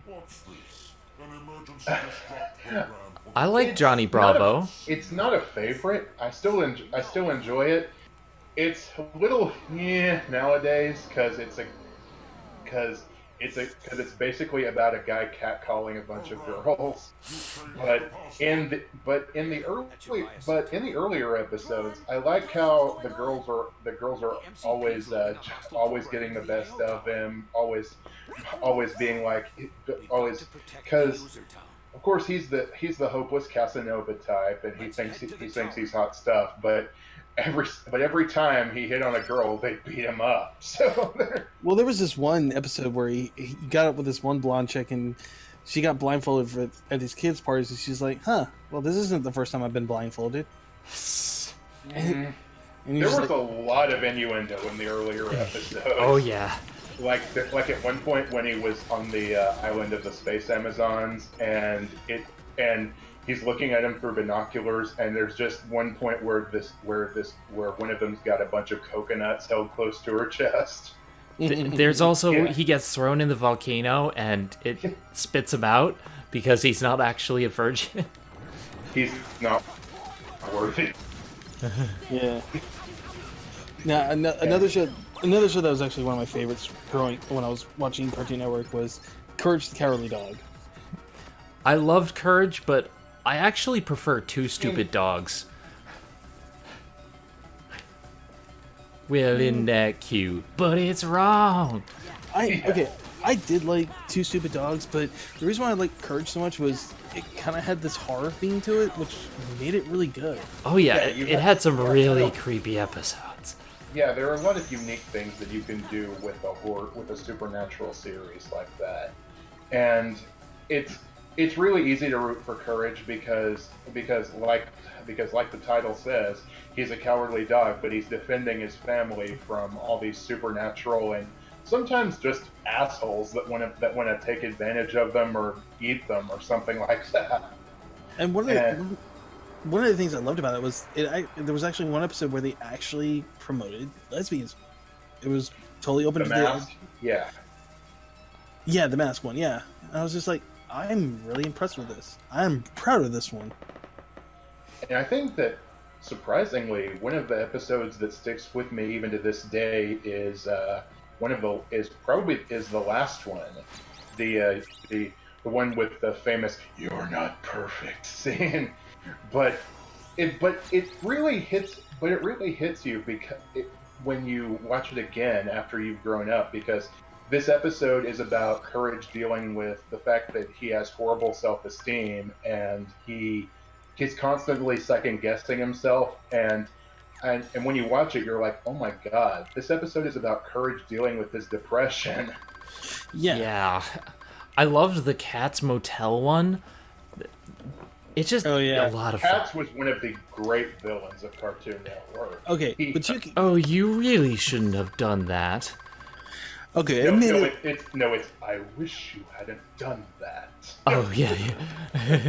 Yeah, all the cat episodes were really good, but Except for that one weird one where he brought Eustace and Muriel onto an island and turned them into a washing machine and a wrecking ball. Yeah, that was kind of weird. But I think one of my favorite ones was the Naughty episode. You mean Freaky Fred? Yeah. Yeah. Return the slab. I love that. Yeah, that was really early days one. But I really liked Freaky Fred because it's so quotable. And funny thing, Fred, Cats, same voice actor. Yeah. God, there's so many good episodes of Courage. So many. It had that aesthetic that was just so iconic and so good. Yeah. But admittedly, I also kind of watched a few episodes of Powerpuff Girls, but then I was like, to me, the show kind of got stupid. And granted, yes, my favorite voice actors, Tara Strong was on the show, but it's just the new version's bad, but the original was a little bit better than the new version, at least. I really like the original Powerpuff Girls, especially the mayor, because he kept trying to open that pickle jar, and he just couldn't. The last few seasons, when Craig left to focus on Foster's Home for Imaginary Friends, weren't that great. The animation was definitely cleaner, but a lot of the episodes went into bad sitcom territory. Like, ooh, the girls are cursing. Ooh, the girls can't be the Powerpuff Girls anymore. Ooh, the girls accidentally brought home a Bigfoot because for some reason they think that's the professor's brother. Like, what? There are definitely some weird things in that. Especially the mayor's secretary, who you never see her face. Miss Bellum. You mean Sarah Bellum? Because all you see is just from like her neck down. That's the joke. Her boobs are what they look at. Except you kind of see her face in the Powerpuff Girls Rule special, which Craig did return for. Yeah. And I think in one episode they made fun of that because it was making fun of the viewer submitted episodes idea, and it was like they were doing a fake scenario where the professor marries Miss Bellum, and he pulls back the veil, and it's Mojo Jojo's face. I never liked that villain. I love Mojo Jojo. And another thing I really enjoyed was the Powerpuff Girls movie. I thought that was like incredibly well done. Yeah, he goes all Captain America on the Gangrene Gang. That was amazing. Yeah, that one was pretty good. What about what was that show? Do you remember like Cartoon? It was Well, like it was the ones that where they always had like little shorts. you mean the What a Cartoon Show? Yeah, that's what I meant. Yeah. That's the one. That's actually where a lot of the cartoons got their start. So, and it had like 2 or 3 different submissions, or okay, maybe it was just one, but it was Seth MacFarlane who basically submitted Proto Family Guy for one of his shorts. Yep. It was actually pretty good. Yeah, honestly, it was. Certainly better than the show is now. You know what cartoon I really miss and nobody talks about anymore? Dave the Barbarian. Dave the Barbarian was a great show. In fact, you can find most of it on YouTube. It was a incredibly underrated, wonderful show. I love the episode where he like keeps failing barbarian training, but he gets extra credit for penmanship, and that's 95% of the test. I think probably I have a lot of favorite Dave the Barbarian episodes, but probably one of my favorite jokes was in the episode with Robo Dave, where they managed to reprogram him with Candy's earring or whatever it was, and at the end of the episode they reprogram him to beat up Chuckles, but he specifically says, "I am now commanded to pound you into bacon bits," and Chuckles is like, "Ew," and then he grabs him and And I, Chuckles, the silly picky. Like I love it. The Dark Lord Chuckles, the silly picky. He calls himself the silly picky. It's great. Now it's time to cut a muffin. That still sounds nasty for some reason. The writing was so on point. Yeah, it's kind of like Sheep in the Big City. Honestly, it's very witty, even though the animation wasn't exactly great. Oh, what about the steel wool machine? No, I mean the machine will steal the wool. Oh, what about the Robot Jones in high school? That one I could do without. Honestly, it's if you like. It's definitely the show for you. The one show about the cube. Yeah, the one show I didn't really care for was about the kid who had to go to an animal high school. My gym partner's a monkey. I really didn't. That wasn't that was stupid. I like Chalk Zone. Chalk Zone was good. Yeah, honestly, I think it could have gone on for even longer than it did, because there's just so much you can do with that idea. But I don't know. Some of the later episodes weren't that great either, so maybe that's for the best. Yeah, I mean, you could say that about a lot of things. Cough Fairly Odd Parents, cough SpongeBob, cough. Look, Fairly Odd Parents, in all honesty, should have just stopped before they got to the dog. I mean, when they got to the dog, that's when it should have stopped. It should have stopped at Poof. I know you don't like Poof. I like Poof. But then they bring in freaking Stewie Griffin. I mean, Foo. Okay. Here's the thing that really gets me about Poof. How have they not had babies in thousands of years? I mean, they reproduce by budding, obviously. Like their society does not make sense. They're fairies. It's not supposed to make sense. It's magic. We don't have to explain it. And also, the males are the ones that get pregnant and give birth. Yes, which I just love because Butch Hartman insisted that his shows promote Christian values, and I'm like, yes, the show where impreg is canon, such strong Christian values. The show where Cosmo, the stupidest fairy in the universe, gets pregnant. Yeah. He'll be back soon, so But I really loved some of the jokes in the show because they were really, to me, really good. Especially like when they had the episodes of the Crimson Chin, which was Jay Leto's episodes. Here comes the Crimson Chin. Not the 80s version. I got canceled. Those are always so good. The Crimson Chin episodes were great because it understood what superheroes and comic books was all about. And no, the dreaded Super F. And okay, and in all honesty, when anytime they had Adam West on the show was really, really good. That's Catman. Yeah. TV's Adam West. Where? Nobody messes with Adam Wee.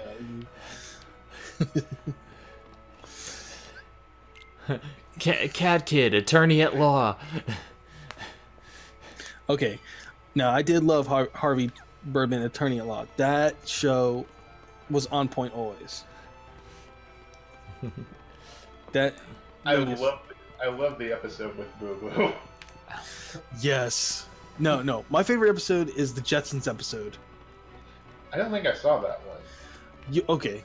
The premise of it was the Jetsons were supposed to be when they did the cartoon originally in the 70s, I think it was, or 60s and 70s. It was supposed to be, okay, this is the future. This is what the year 2000 is supposed to be like. Well, they go back in the past. Well, they think they're going back in the past, and here it is. They're like, we're here to stop you or sue you because of the pollution. We're from the future. We're from the year 2000. And of course, Harvey Birdman looks at his calendar. And it's like 2012. It's like,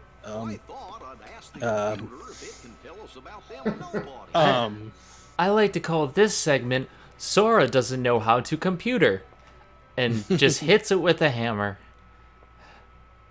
Oh look, an answer report. But there's also like other episodes where like Harvey's had to prosecute like this.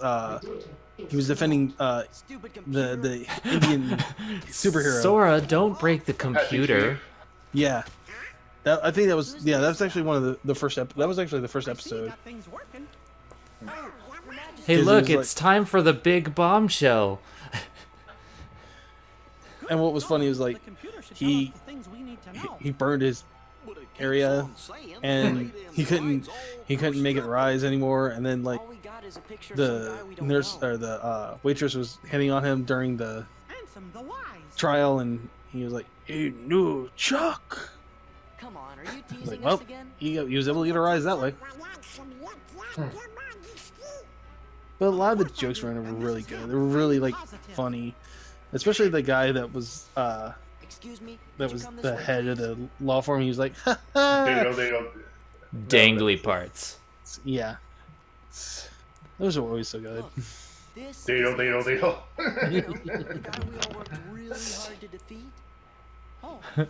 It's time for the bombshell. The Ansem that we destroyed in Kingdom Hearts 1 wasn't really Ansem.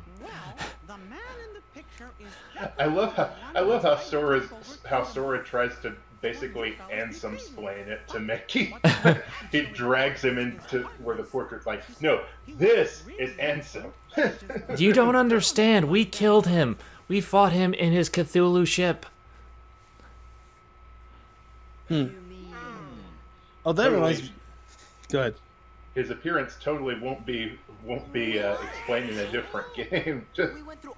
Oh no! It's time for Birth by Sleep. He was a fake, but he had to be stopped. So everything we did was, it wasn't entirely pointless, but still. It was mostly pointless. Yes. Especially because we're gonna have to beat him 2 more times. Yeah. Yeah. I mean, if you count in Birth by Sleep and then Kingdom Hearts 3... And all of the different incarnations of Zenith you have to fight. Yeah. How many times do we have to teach you this lesson, old man? I knew no good would come from them city folk and their time travel machines. Is mayonnaise an instrument? So some feller named Cedric, Ansem, that is who not wasn't incorrect. really Ansem, became a Heartless. And just, And that nobody is the leader of the I remember this comic that I used to follow, and this Kingdom Hearts comic that I used to follow. They never update anymore. I think it was no, it's not Ansem Retorts. That was a sprite-based comic, but another comic that I used to follow back on DeviantArt, back when Kingdom Hearts was really popular. That's where I got one of my favorite jokes based on probably the only good thing that Chain of Memories ever gave us. At one point, Sora's fighting using the cards, and he's, "Alright, this battle will require my special deck." And he pulls out a bunch of Pokemon cards. Go Squirtle! And then, and one of the cover pages they used to start off their comic series was just a whole bunch of people who have identified themselves at one point as Ansem during the series, going, "I am Ansem, I am Ansem," and then the Spartacus joke quietly in the corner. Yeah, I mean, Riku identified himself as Ansem. There was Ansem, Heartless, Ansem the Wise. Ansem the Wise. Xehanort's Heartless, Xehanort, just... So, I'm reading this article. It says, Kingdom Hearts 3 Critical Mode will not be for the faint of heart. I mean, I beat Critical Mode on most of the other games. How hard could it be? It was at that moment Zen knew she fucked up. You done fucked up. You done fucked up. You done fucked up. So, are y'all looking forward to Mortal Kombat 11? I haven't played any Mortal Kombat since 2. It's hard for me to look forward to anything coming out nowadays because I don't have a system for it. Especially since if it's anything like anything EA's putting out, you might want to wait for reviews. For our lives to be over. I don't want to wait for our lives to be goofy. I'll do it again. I do remember this one Kingdom Hearts parody video that was like, Yuffie, Goofy, Yuffie.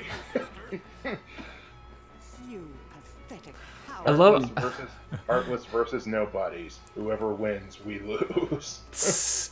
I love how Peach just like runs away, and Maleficent, "Don't run away, you fool!" And then she runs away herself.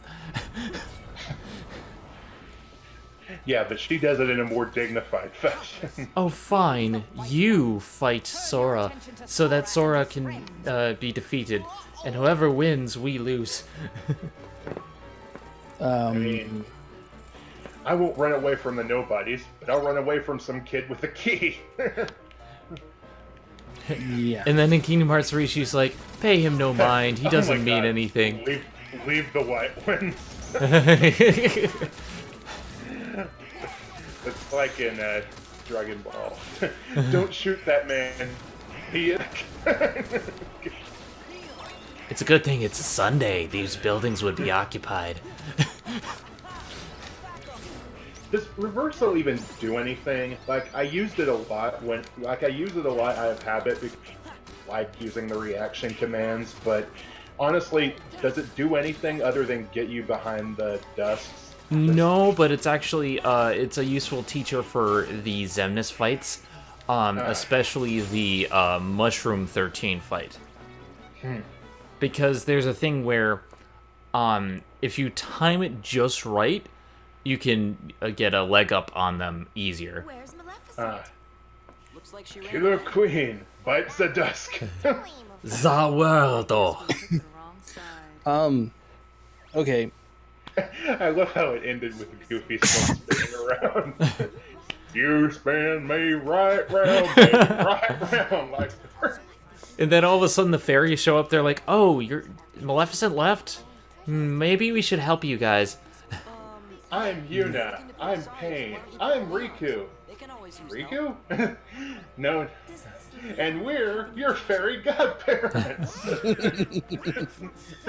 Also, we're very sexy. Yeah. I mean, if you're into tiny women, yeah. I'm talking about the real versions, but okay.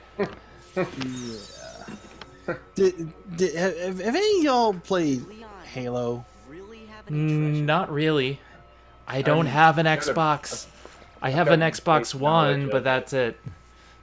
And I only have 3 games for the Xbox One. So what were you saying, Hero? I have a base knowledge of Halo, basically. Well, okay. So Halo Reach is coming to Xbox One and PC, but apparently somebody had modded. Oh, hi, Sephiroth. What are you doing here? And the Go-Wings... Look intimidating and leave. Yeah, no reason to be here. And the Go-Wings are fairies because cameo. I don't get it either. I would have preferred them to have dress spheres and them to give me new outfits, like in, I mean, that would actually make sense, given that Sora's clothes are his superpowers, apparently. Yeah. Yeah, and I loved the dress sphere idea, and they did something like that in 0.2, and they didn't do it in 3. I'm not bitter. Nothing. Yes, you are. Cloud is the one who hungers for dark. I just liked having cat ears on Aqua, okay? I see. They go well with her yellow eyes. I think it's a good aesthetic. Like, doing different objectives, you earn different outfits. I like that. Always the hardest to snuff out. Oh, and bye, Sephiroth. Hi, Sephiroth. Bye, Sephiroth. We'll see you later, I guess. I really look forward to it. I think T-pose to assert my dominance and float away. I think that it was Max who asked about Halo. Yeah, what I was starting to say was somebody had modded a level and made the whole level look like pizza toppings. Okay. I was like,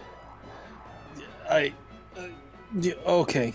It just hurts my brain too much. Also, this area right here that was not in the original game, it is called the Cavern of Remembrance, which is why they say, I don't remember that being there before. The Cavern of Remembrance requires me to grind out and level up and max all the drive forms. And it contains a bunch of different puzzle pieces and treasures. So we're going to have to do that later. Not now. Trust me, the enemies in there are too high. Well, then we need to take away their marijuana. Also, Wrong Cowboy, you asked if Sephiroth has wings. No, he actually flies through fart power. See, those leather pants he wears are so tight that the gas can't escape except out the bottom. So he uses it for a jetpack. I thought he flew with his nose hair power. So he's Bobobo? Bobobo. That show was just... Oh, God. I love it. It was so weird, but batshit insane, but I loved it.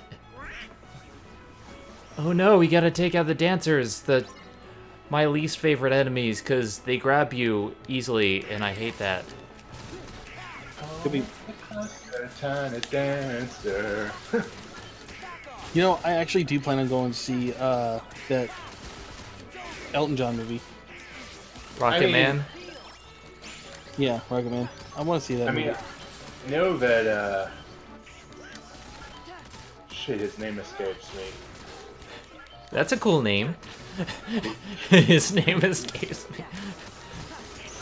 First name, his name. Last name, escapes me. It's such a cool name. Where did he ever come up with it? Oh, fuck. I know Taron Egerton can sing Elton John based on his performance in Sing, which was actually very good. I will say that.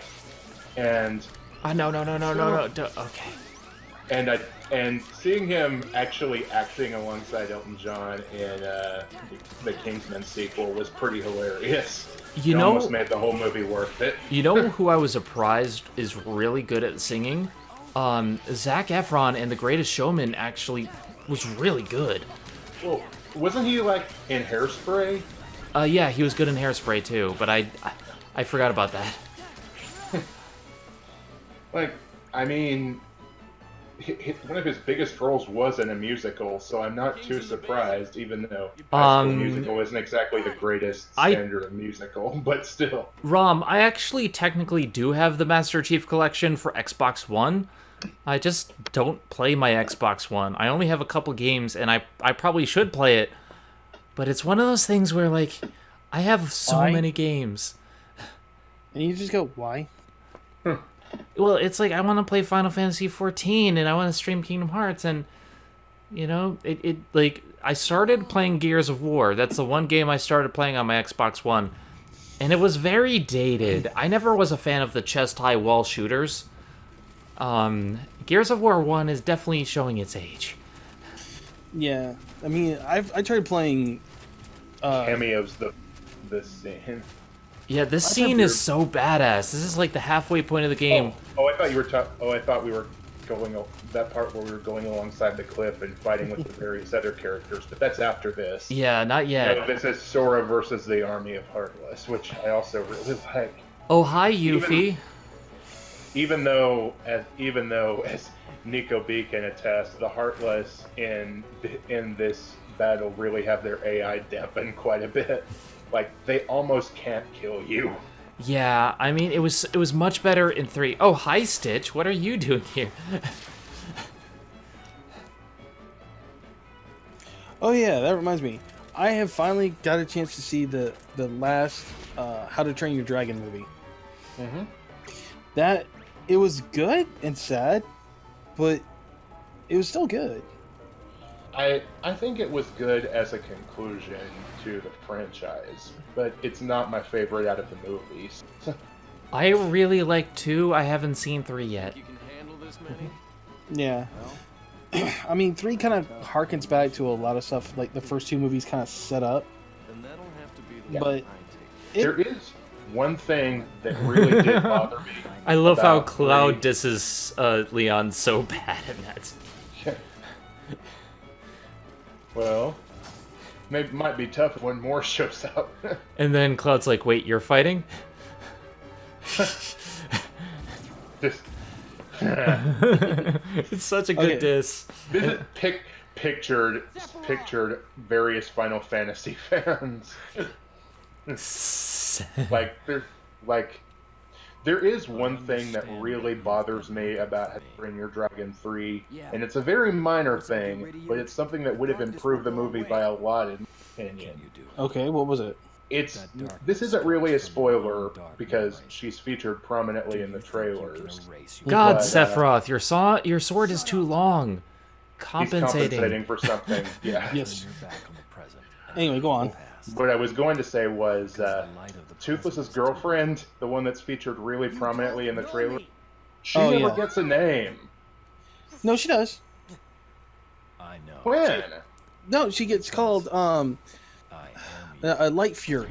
That's her species name. But it's still a name. That's not a name. You don't call Toothless Night Fury.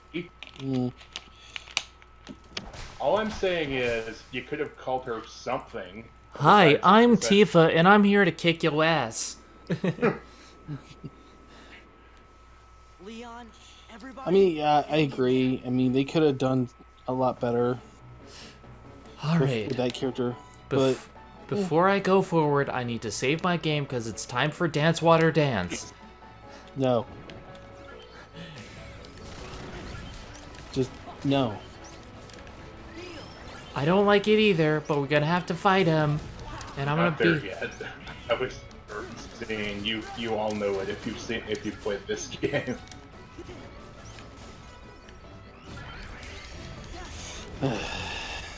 Okay. I hate those guys.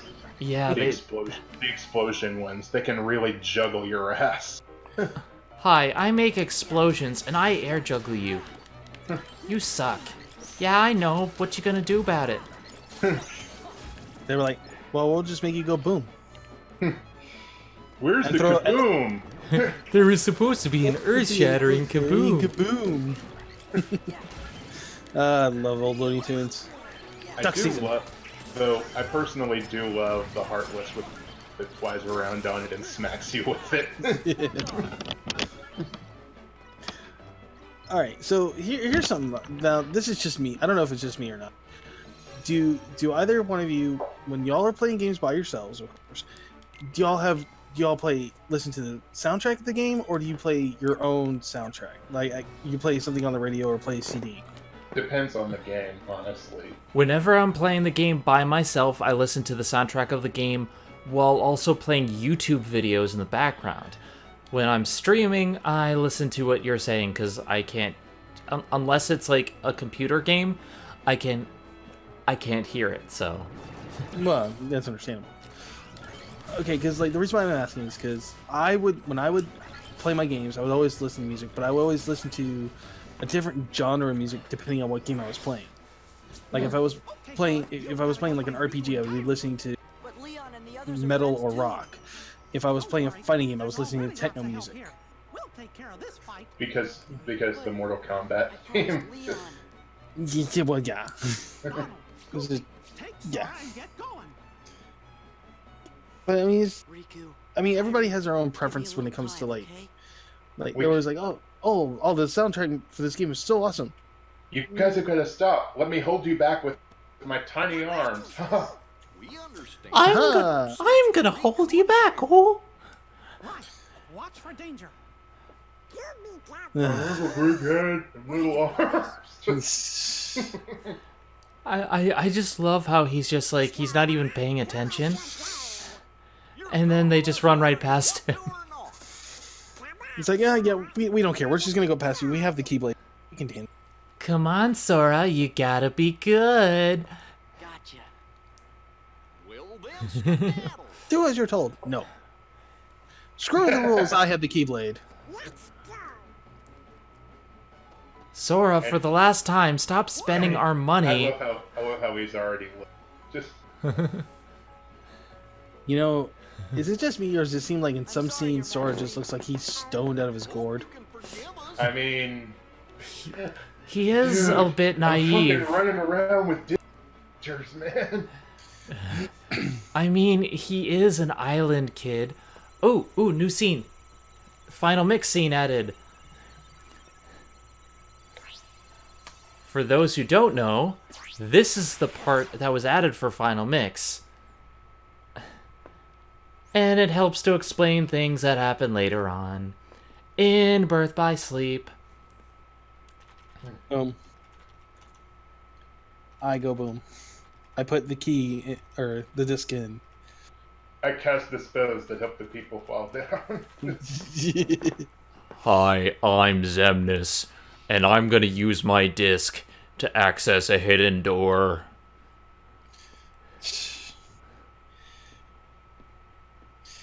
No, Patrick.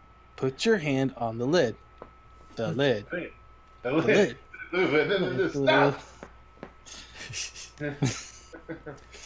And we have a scene of him walking, and he's walking, and he's gonna keep on walking. And this is gonna go on for a little while, guys. And he's gonna keep on walking. And, ooh, a secret staircase.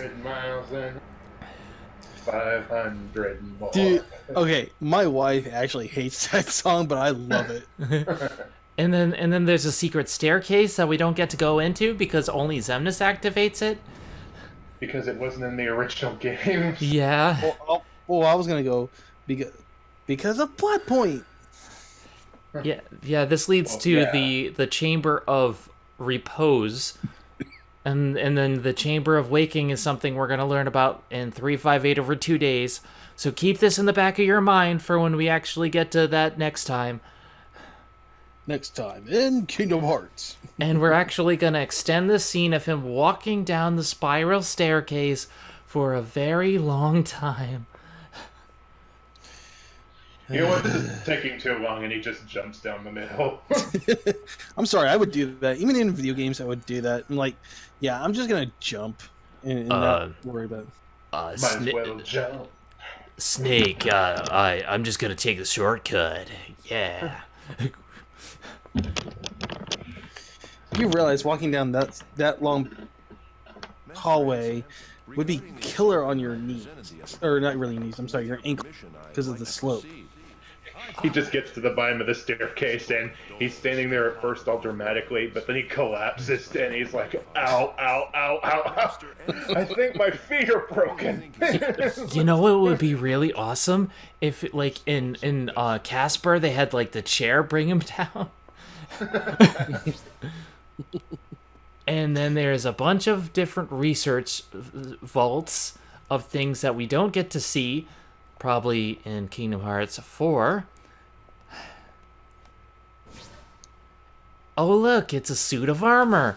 I wonder who it belongs to.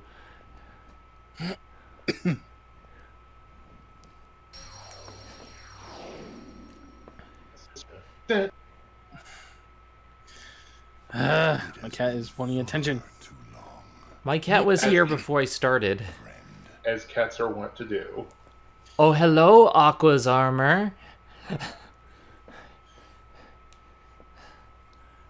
It has been too long. That's what I want my gaming setup to look like. I just sit in the chair and everything turns on. Yeah, that would be so awesome. I'm here talking to the armor.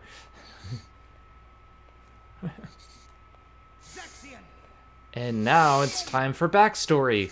Since Zexion's technically dead at this point in time. Do we have to? Yes. Where's the fast forward button? Where's the fast forward button? Yeah, they put this all right before the Demyx boss battle. One of the longest scenes in the game. Imagine if this was in the original where you couldn't skip the cutscenes. Oh dear God, don't even joke like that. Oh, but she is. She has to. Why? Because it's in her nature. And I love how Vexen only cares about his research and finding Xemnas to do more research. What about you, Zexion? What do you think? I think eavesdropping is intrusive. Oh, hi, Ponytail. Time's running out. Allow me to walk there very slowly instead of, warping. Like we can all do. Hey, we like walking, and it expends a lot of darkness, okay? Oh, and he found Marluxia. That puts organization at 11. I love how he's just casually sitting there on the ledge, like, yo, Zexion, sit there and have a rap with me, brother. Is that so? Well then. Some cat wants attention. I have work to catch up. Yeah, that's Tabby. Wait. They call themselves Organization 13, and at this point there were only 11 members. In this flashback, yes. Those fucking liars. No, they're not fucking liars. They're telling the truth. Actually, everyone lies in this organization. Marluxia, Zigbar especially, Xehanort. Don't be like that. Whoever this is, he's basically acting like Willem Dafoe's Green Goblin. Oh God, Willem Dafoe. Okay, I liked Willem Dafoe as the Green Goblin. I thought that was he did a really good job. Yeah, but probably the silliest scenes are the ones where he's just standing on the roof with Spider-Man, like, yo, have a rap with me, brother. Yeah, this is that kind of character. I love how just ridiculous Zigbar is. I'm not gonna say his real name, but Zigbar. I mean, if you want his real name, all you have. Ever since then, he holds I'm sorry, what? in that room when he can and talks to someone. Hello? Their real names, all you gotta take out is rearrange their names and take out the X's. Yeah, pretty much. Like, did you know that Imagine Dragons is an anagram for gonad migraines? What? Yeah, if you rearrange the letters in Imagine Dragons, you get gonad migraines. Did you know that Xemnas is an anagram for man sex? Yes, everyone in the Kingdom Hearts fandom discovered that the first day. Yeah. Especially the slash figures. Yeah. Oh, you mean Castle Oblivion? Let's foreshadow that. Let's say we didn't. Oh, you mean these Chaos Emeralds? Said Obama. Did you know there's something he didn't share? There's a chamber in there that we're trying to find, called the Chamber of Waking. The Chamber of Repose is part of a pair. The Chamber of Waking Almost like someone was put to sleep there. Hint, hint, wink, wink. Another graveyard. constructed by someone other than Zemnis himself. Constructed by someone other than Zemnis. We're trying to find it. That's where he'll find his other. Go to Halloween Town. There's a graveyard there. Zigbar's such a troll. He knows everything. He's just saying the things to rile everyone up. I love it. Yeah.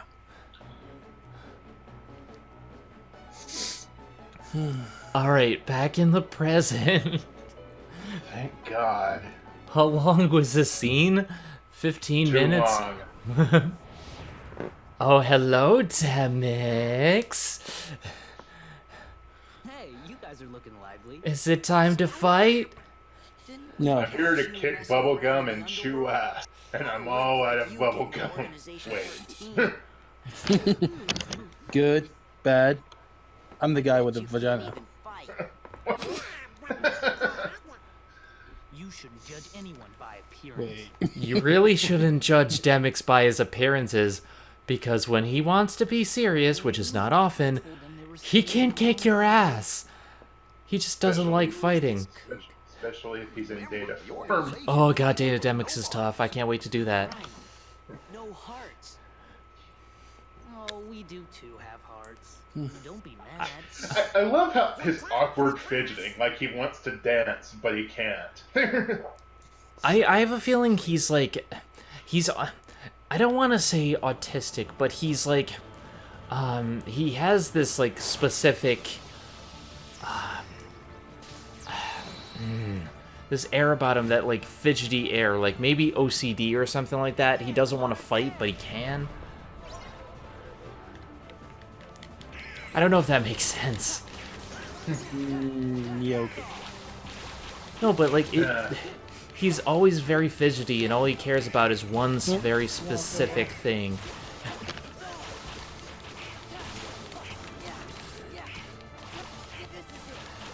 Dance, water, dance! Alright, we get through... Okay, those are the forms. Now it's time to actually fight him.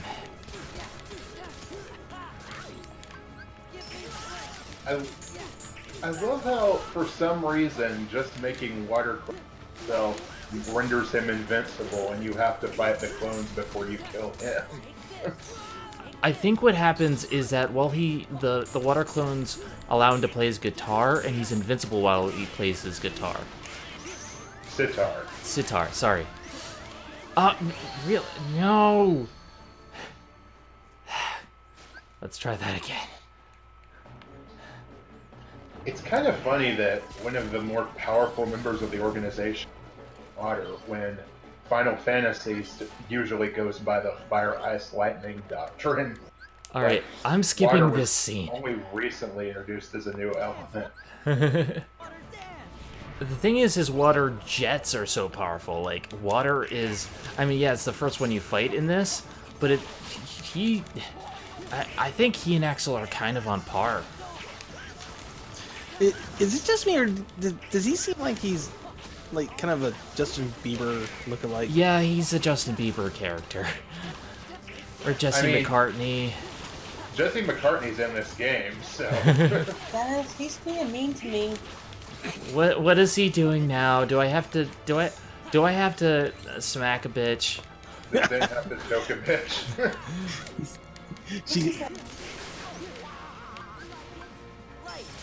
Okay, what? Too much. She said, I might like it too much.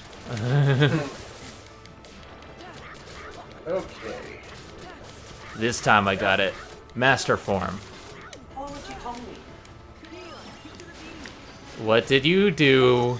Oh, she's like, I made the joke. She's like, she said something that's like, yeah, but you know, you still married me.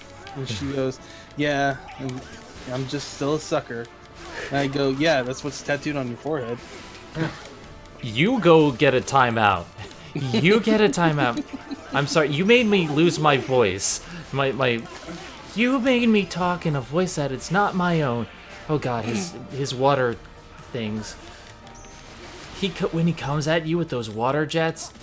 I said come. Yeah. We're 12 years old. I'm 5. I just watched a movie about a sentient turd monster and laughed the entire time. Yeah. Yeah, I think you've got us beat in the immaturity department. It was funny. Plus 5 maturity. Oh, he doesn't do his final water clone thing. Okay. He does that in the data version. Jutsu. I beat him, second try. Yay? Shut up. Dance, water, dance. Dance, dance. Yeah, I love the way he dies. He's just like, ah. Anyone from the organization? Does anyone want to be next? No. I don't see anybody else. It's just you and me. Mr. Zenith, I don't feel so good. Oh, God. You had to go there. Too soon. No, it's too late. Because the new movie's coming out in 11 days. 7 days. Yeah. You know, that TV show, 7 Days, was actually really good. But I know you two don't know that show. No. Nope. Okay, basically what the premise of it was, group of scientists, this is saying that, yes, the alien spaceship that crashed in Roswell was real. They've been experimenting it, reverse technology of it, and they've created. Oh my god! They just killed Goofy. Oh, good. No. Goofy. Hmm? They killed Goofy. But they killed Goofy. Why are you talking? Do you not understand how sad that he's not really dead? No. Because none of the Disney characters know. No. So they figured out how to make a time machine. And I love how Mickey makes a fist. It's like they'll pay for this. Mickey gonna cut a bitch. Mickey's gonna gut them up. For Goofy. I like how they don't even check his pulse. Oh my god. Yeah, that's what I was saying. None of the...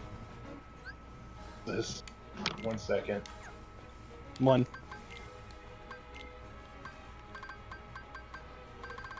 I'm gonna knock you out. Mama said knock you out.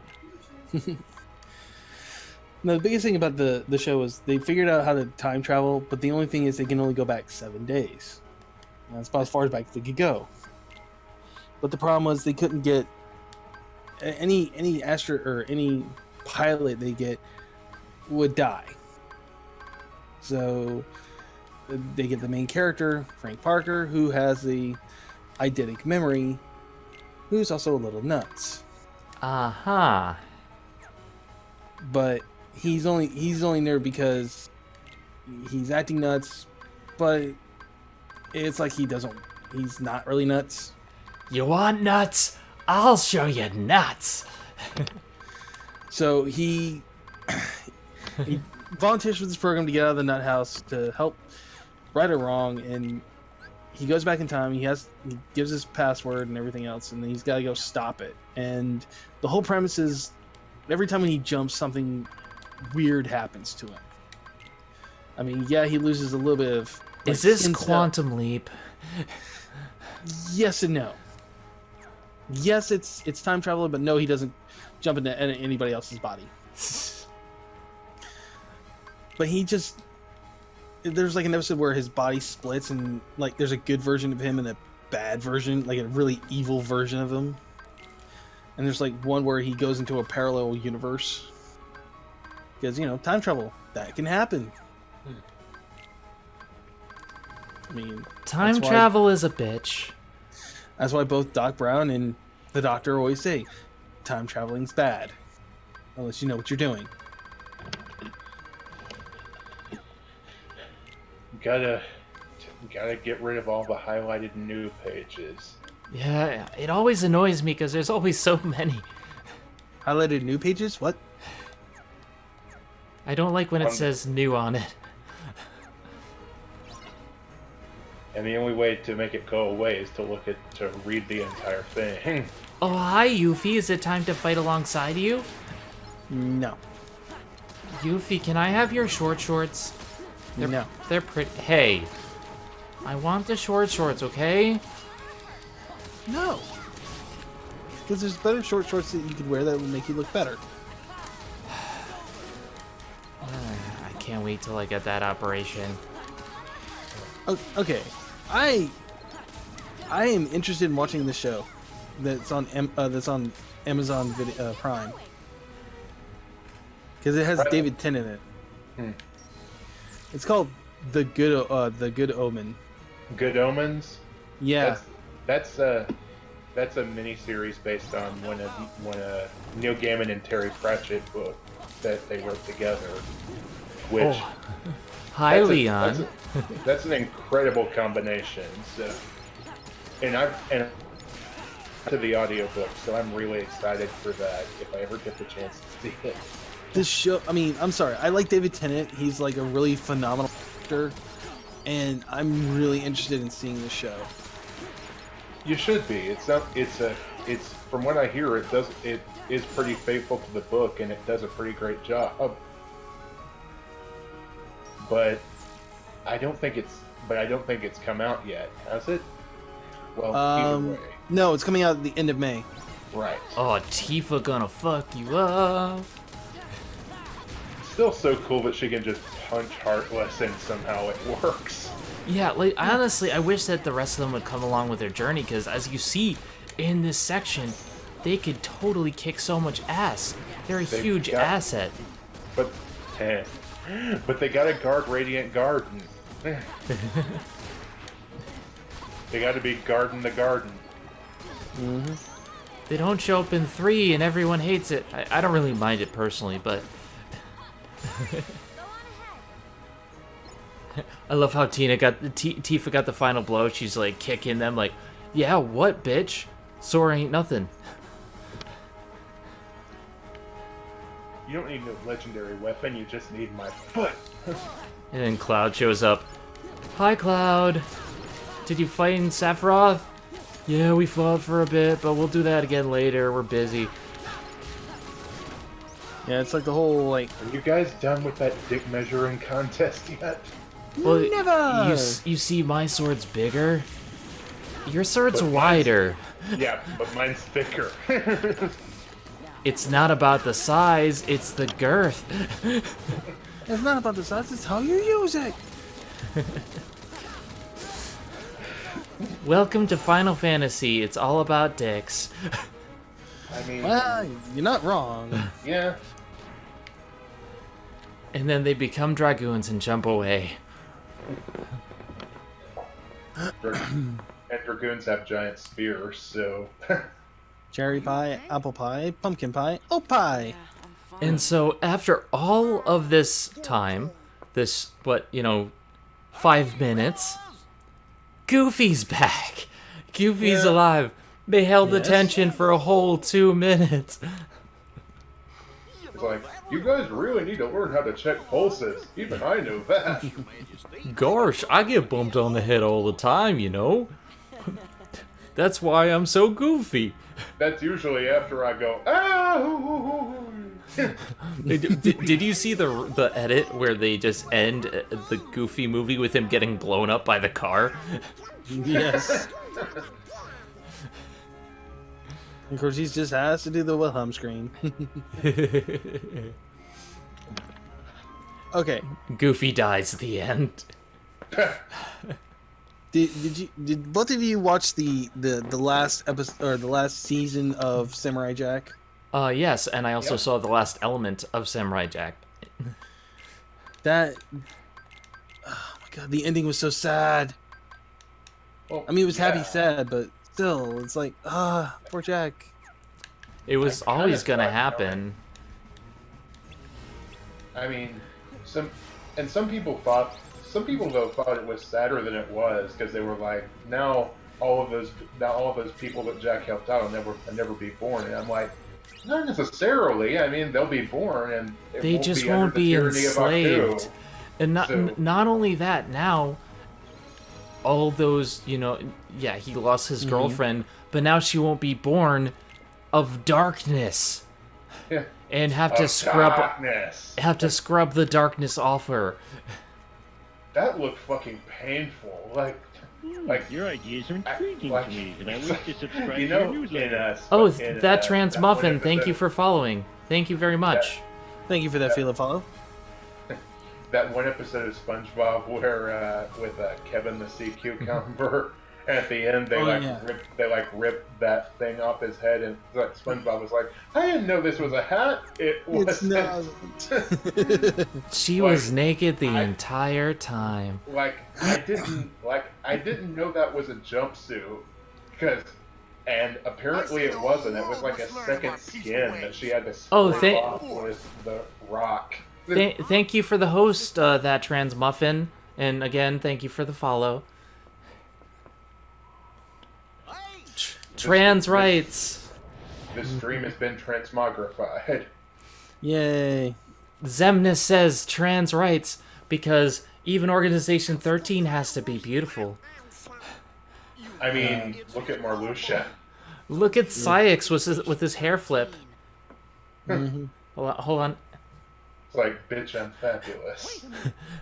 Now I know. Bitch, I'm adorable. It's the guy who's not handsome. Like, I have a name, you know. Really? And what's the importance of your name? Nothing. My name is Zemnis, and actually my real name is Xehanort, but really I'm Master Xehanort with Terra's body, but we'll get to that in another game. My real name is Mud. My real name is Master Xehanort Armor. That's what worries me too. The doors that appeared. Boobs. How exactly do you trust somebody who has a bunch of hearts floating in their laboratory?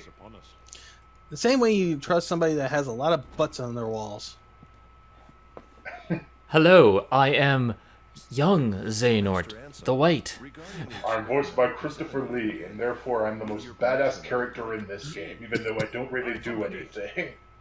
I also love how they foreshadow Ansem being Diz by having him have a red scarf. And it's like, looking back, it's so obvious, but when he actually takes off his bandages, you're like, wait a second, Diz was the real Ansem? Yes, Ansem had red hair, had red eyes, and was blonde, and was from California. I mean, well, wherever he's from, though. I mean, Richard Epcar. I mean, Billy Zane. I mean, Paul St. Peter. Unfortunately, there's been a lot of voice actor swaps in this series. Yeah. Yes. Because it's been fucking years between games, so... Yeah, and we all miss the one particular voice actor that we know will never... Well, there's actually kind of a few. I'm referring to Leonard Nimoy. Well, Billy Zane won't return either. Leonard Nimoy was better. Yeah. Oh god, that reminds me of that. That reminds me of another Kingdom Hearts parody video I saw where Mickey was cursing like Peter in that one episode of Family Guy that the FCC bleeped out. But I can't say and my own and well, you see, the FCC won't let me be me. So let me see. Got my 10 cents. My 2 cents is free. A new cent, 2 cent. You send for me.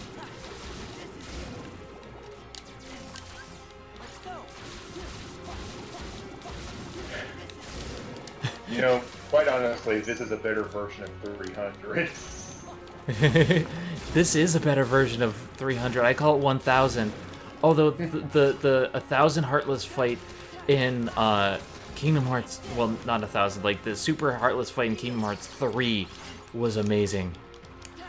Is that scene that they showed in the trailers with that like miasma of shadows running towards Sora in like a tidal wave of Heartless? Is that actually in the game? Several times, in fact. Wow. You fight the Demon Tide a couple times, and then you fight stuff like in 0.2. There's a lot of really good battles, and I don't want to give it away, so I won't. But let's just say, it good. It very good. It good. It good game. The thing that I love about the 1000 Heartless battle, besides just the concept, is that they give you two of the best reaction commands in the game to fight them with. I love Rising Sun, and I love Shining Finger? Sparkle Ray. It has a Sparkle Ray. I was gonna say it has a really dumb name, but it looks good. It's better than Mickey Mouse Miracle. I love. Oh, my star. Shining Finger. But yeah, like there's some really. Put your middle finger down. This is all just free experience right here. Yes, yes it is. Speaking of which, just experience and gameplay, I've been still playing Borderlands 2, and I'm getting closer to the end of the game, and I'm realizing, since this is like my upteenth playthrough of the game, I'm realizing while I do love the game, there are parts of the game that I really don't like.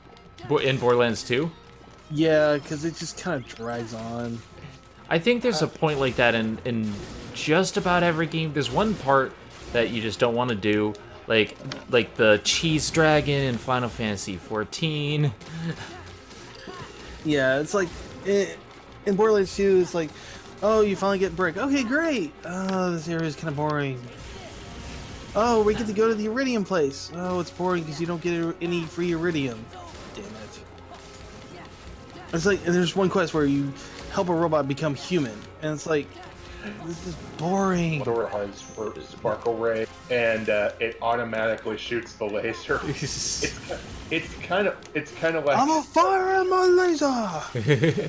It's kind of like how that in that famous scene in Toy Story, Woody grabs Buzz and starts using his karate chop action to fend off the evil toys with karate chop action.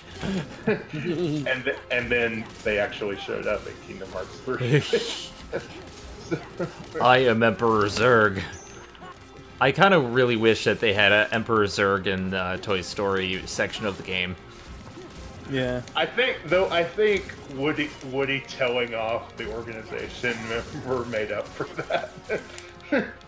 I bet you've never had any friends. Nobody loved you. Damn. like Woody's a fucking savage.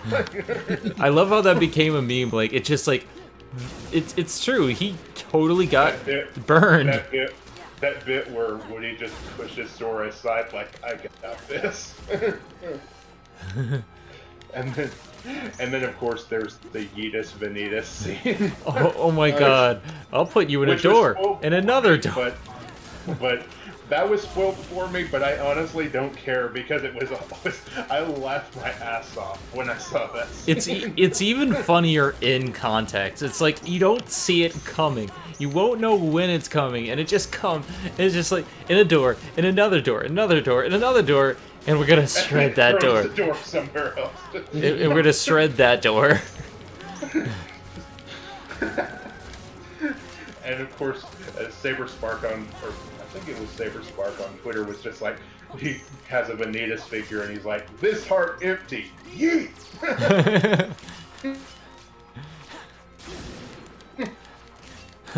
I love how he went to that world to gain all their screams and anguish and negative emotions, and then The laughter is what ended him.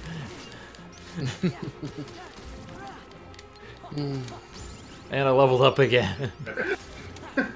Yay. There we go, 1,000 Heartless defeated.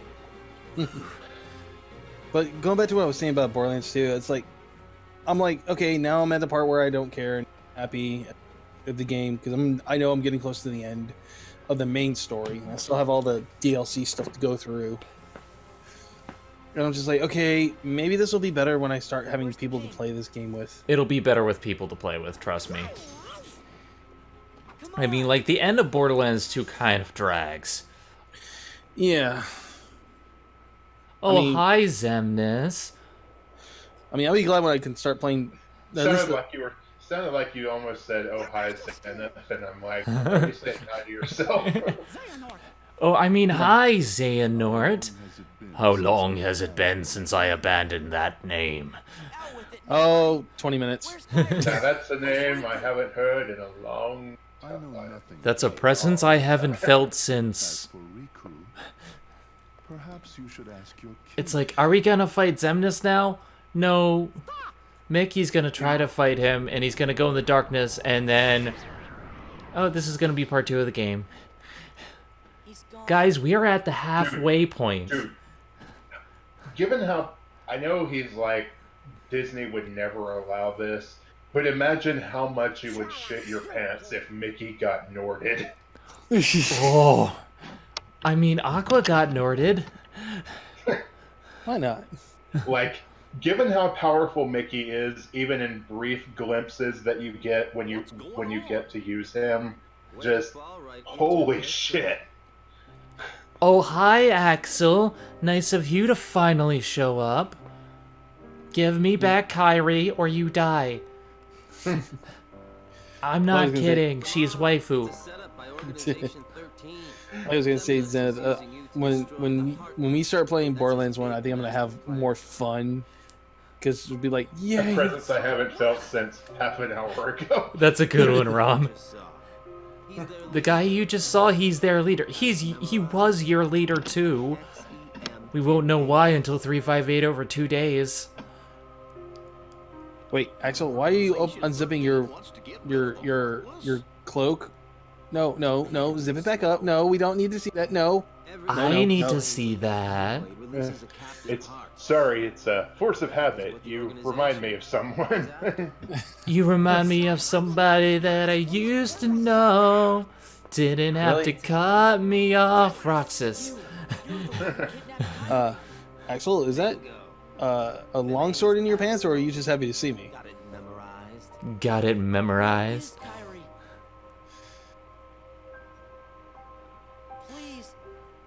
Yeah, Donald looks so threatening with that broom. Yeah. Also, do we really want to find out what Mickey's shadow is? You don't know? It's Mortimer. Isn't that in Epic Mickey? Yes. I love how Sykes stops him and he's like, "We'll ensure he receives the maximum punishment." What do I care? He has Kyrie, or you have Kyrie. Just let me into the realm of darkness, okay? Just give me Kyrie. You say that, and Kyrie's not the one he hugs at the end of the game. He hugs Riku. Yeah. Kyrie's an afterthought in both these games.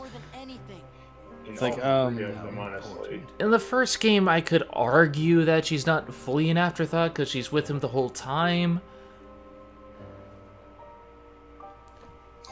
Is she important to you? Yes. Well, Rom, 358 over 6 days. 358 over 6 days, or 358 over 2 days came out after Kingdom Hearts 2. For us. Do you hate me? Ah, he's doing the Japanese apology and asking nicely. That is way out of perspective for us American folk, because we don't know. Pitiful, heartless. Honestly, I would probably love to have a Sephiroth Muppet. And yet, Oh. the true power No. Like an actual puppet. the rage of the Keyblade. Like in real life. And now we get the revelation that with every Heartless we destroy, a heart is freed, and it helps the nobodies of Organization 13 make Kingdom Hearts. And the problem is, they've got him by the balls. Like they can't just let the Heartless run free, or they'll still hurt people. So, yeah, it's a catch-22. He can't do anything. And then Maleficent shows up. It's like, no, I'm the one who's gonna have Kingdom Hearts. Maleficent, what are you even doing here? I'm still relevant, damn it. Don't. Okay, I'm gonna go on this little quick rant here. Okay, I do love the Maleficent movie. Okay, don't get me wrong, it is a great movie. However, One-winged angel played on a kazoo. However, they, like a lot of people say, and I kind of agree with them with this, they took away the evil in her, basically. And this Maleficent is from the original Maleficent, not yes. Maleficent. I'm sorry, I have a hard time talking this. In any case, they go with the original, Sleeping Beauty version, where she was all evil.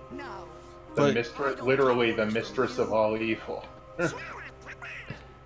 And now, hey DJ, how's it going? And now it's like, okay, we're supposed to like her, and now we're getting a second film where it shows that she's supposed to be really evil. Now she's bathed in evil energy, don't you understand?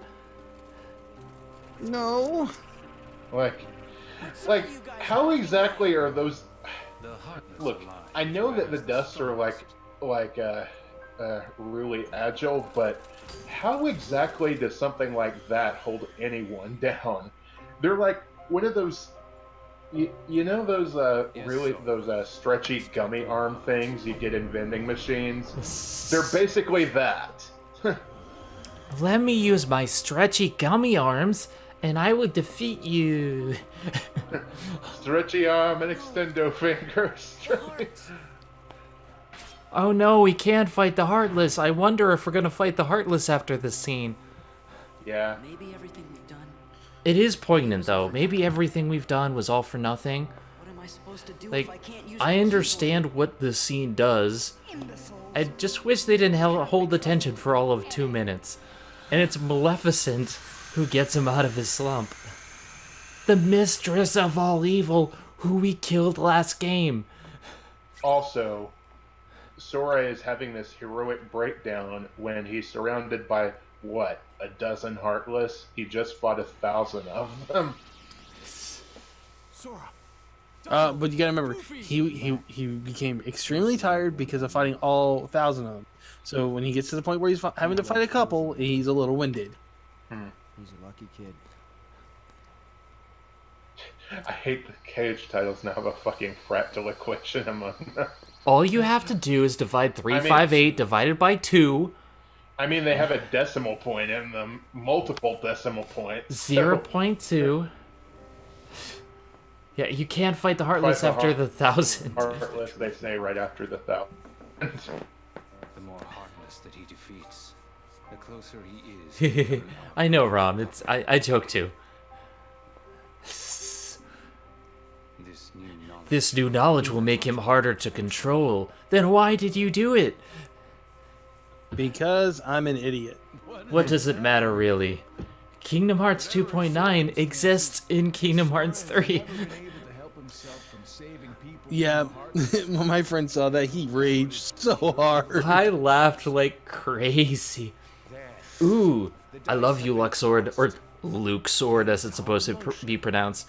Luke Sword is one of my favorites. Because he's one of the few organization members who wasn't a dick to Roxas. He was actually cool. He's just like, I just like gambling. There, the dice have been cast.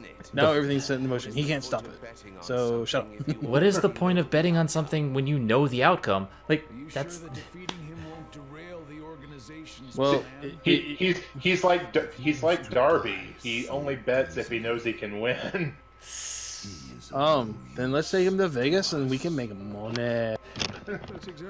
That's exactly what I wanted to hear. It's not in my nature to hold back. Bitch, you're one of the worst fights in the game. I guess sometimes help comes from unexpected Zolden sucks. Especially Yes, Data Tabby. Zolden. Hello, Tabby. Nomura wasn't fucking with people. There's a whole thing about it because technically Kingdom Hearts Maybe it was all for nothing. Unchained Key is Kingdom Hearts 0, and then 0.1 is the Birth by Sleep. Like, there's this whole thing. I don't know it off the top of my head, but look it up. Like, there's an actual chronological decimal system for it. That makes absolutely no sense. It's Nomura. He puts belts on somebody's leg. It doesn't have to make sense. Maybe. Yeah, Honestly, one person saying Luxord was fine. Having it be Kennen is BS. I prefer Luxord. Luxord is Yeah. a cooler name. I mean, It's like saying Titus honestly- instead of Titus. honestly, in the one game where he had speaking roles, he was kind of an afterthought. Hey, kitty. He was, like, they shove him in at the very end of the game, at least at the end of Kingdom Hearts 2, at least in the original ones. He's a large portion of 3, but I don't want to spoil. Yeah, Luxord. I have a box for you. Take the box. What's in the box? Yeah, Luxord actually makes sense because of luck. Nothing. He has luck in card games. Card games on towers. Card games on motorcycles? Card games on Are you motorcycles. sure you want to open? What did you think you would open it and it explode or something? Are you sure you want to eat the sea salt ice cream? It could be infected with darkness. No, it's just infected with things that will kill you later in life. It'll give you diabetes. The sea salt ice cream is the key to get out of the darkness. Thank you, mysterious figure who's definitely not Riku. It's totally Riku. I'm being facetious. At least you're not being facetious. Oh. Or being feces. That's the joke. At least I'm not a monster. Oh. But that joke was. That joke stunk. Hey. I know it was a shitty pun, okay? You need to go wipe your potty mouth. I need to get my shit together.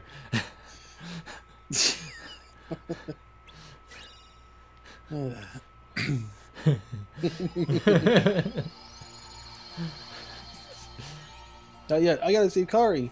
She's gonna be. Never mind. Sora fits into the internet now. Oh, that reminds. He's a furry. I was gonna say, I do love that image that was floating around for a while from Kingdom Hearts 3 of Hainer flying kicking someone. Just Drop kick. That's one of the best scenes of the game. yeah, he was when they were. I mean, When he we was were in the the furry- Lion King, yeah, he was literally a lion. I'm a cat. I'm a cat. Bitch, I'm a cat. Bitch, I'm a cat. I'm a cat. But Sora, I think you have to use the Keyblade. Yeah, no shit. Otherwise, we wouldn't have any more gameplay. What? Alright, now there's a whole bunch more things to do. But, because I promised it last session... No. It's time for No. Finny Fun. No! It's gotta happen someday. You gotta rip that band-aid off while you can. So we're gonna start off here. And we're gonna end in Atlantica. And we're gonna go from there. Because we've been streaming about 3 hours now, and I definitely need to get some food after this. Yeah. It was fun in Kingdom Hearts Splash 1. Mountain, I mean Splash Island. Splash Island. Splash. Savior of the universe. No. Splash. I mean, speaking of It's Always Sunny, this game is basically Dayman. Fighter of the night, man.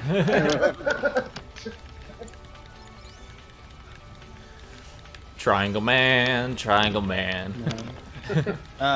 Love that song from They Might Be Giants. Even old New York was once New Amsterdam. Why they changed it? I can't say. People Maybe just like it better that way. I love how you have to take out the guys on the ground even though they're firing at you. Yeah, Like, they give you extra points, and you automatically get them at certain stages too. I know, but what are you gonna do? But what are they gonna do to you? They don't have guns. They're just a bunch of random race cars on the ground. Like, they're gonna drive into you. I haven't played XCOM, but I have been gifted it on Steam, and it's one of the games that Twilight wants me to play, and I shall play it. I will stream it at some point. not Sparkle, Twilight Jericho. Yeah, just to give you a heads up, Zenith, when you go to do XCOM, a lot of people are going to ask you to be in the game because you can actually name the characters. Haha! I will do that. I have no problem with that. It's kind of like a Nuzlocke run. You can name them after your friends, so you won't want them to die. Yeah, because it's permadeath. And I'm gonna name you Mars Girl, and I'm gonna name you Linkara, and I'm gonna name you Cartoon Hero, and you're gonna be Diamond Hagen, and you're the minion. You're gonna die. It's like, oh. And you're Teddy. You're not playable, but you're gonna be a lot of fun. Okay. You don't know Teddy? No, brain went into a different direction when you said Teddy. Yeah, from Hagen. Teddy. Yes, I know. Hail Hagen. But I'm going with. You know what? I'm not gonna explain the machinations of my twisted, looted mind. Good. If you don't understand it, then that's your problem. I think you need to keep it in your pants, son. So. Keep it in your pants. What pants? Keep it in your kilt. Okay. Okay, well. Yeah, I know I need a donut ship, DJ. I'm not trying for like the later stuff yet, but when you have a donut ship, you basically destroy everything. The inner machinations of my mind are an enigma not even I can understand. Donuts. Alright, so I have unlocked the Finny Fawn. Let's go into Atlantica! No. Yes, Rom, I will allow you to be a soldier in XCOM when I stream. Just because you've been very nice, and I haven't let you in on the voice chat yet, so I will let you be a character. Your ideas are intriguing to me, and I wish to subscribe to your newsletter. Oh, thank you very much for the follow, DJ. We're getting so close to 150. I don't know if we're actually going to reach the 150, but if we do... Bunny costume. Bunny costume? Yeah, I have stated a long time ago, I don't think it's fully been a year yet, that if I reach 150 followers, I will be wearing a bunny costume, a Playboy bunny costume, during stream. Oh god. By Odin's beard, why? I'm sexy, okay? Shut up. And you know it? Yes, I do. Look, I am a pretty girl, So, shush. Shh. I wanna be where the people are. I wanna see them dancing. See at the moment, there's not a problem with the musical because Girl rescued me. Her crap, I can't remember her name. I thought Paige O'Hara for a second, but no, that's Belle. Yeah. Actually, Rom, we're at 127 according to my calculations. Yeah, because you gotta hit 300 before you get partner, right? Jodie Benson, yeah, that's her. Well, I put the path to partner there. The path to partner is basically a it's not going to get me to partner, but the thing is, I need 75 average viewers. The more people following, the more people viewing. It's just once I hit 300, then I'll make the next goal like 600. Just so the more people, the easier it will be to get partner. Yeah. And my thing is, when I start streaming, I'm hoping to get a lot of viewers that'll make me, keep playing and want to keep streaming. So. I just like to play games. I mean, I play the games that I like. Well, yeah, that too. Rom, it's not going to be updated until after the stream. No, with the new same thing, but once the other characters get involved, yeah, it gets a lot worse. The best way to remember how to swim is to actually swim. They took away the phallic image from the castle. No, it's still there. You just gotta look at it, right? Pingus! I was trying to be good. I wasn't gonna say it.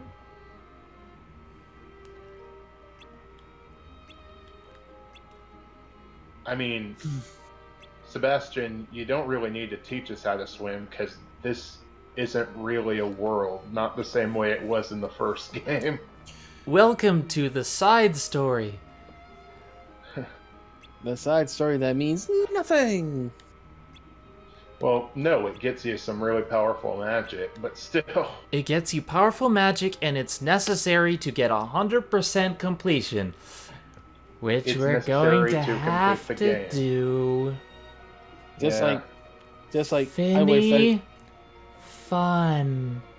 Just like now, from now on, I wear fez. Fezzes are cool. Hashtag Sora has nipples.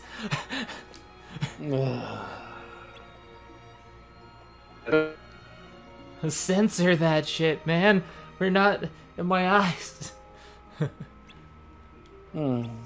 Oh my god, women have nipples? My childhood is ruined! Male presenting nipples. Oh god. Yeah. Okay. By the way, to 100% the game, we have to do every song twice. And you have to get it perfect. No, not perfect. You just have to complete each song twice. Hello, Tabby. All right. And it's a good thing that I can't hear it because it's technically offbeat. Yeah, I was. You think they would have fixed that?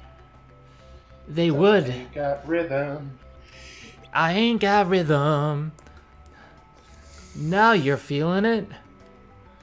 I'm really feeling it. Are you feeling it now, Mr. Krabs? Dost thou feel it now, Mr. Krabs? Art thou feeling it now, Mr. Krabs? Yeah, see, well, it's easier when you don't hear it. It's weird. This time you're gonna dance with Ariel. Sora Ariel ship. Wait, why is Ariel taking off her seashells?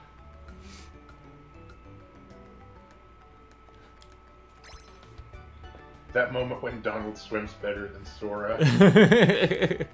Well, technically octopi have more control, I suppose. I'm just surprised that Goofy has better coordination. He's always a fucking turtle. Well, he is a defense. And turtles have the highest defense.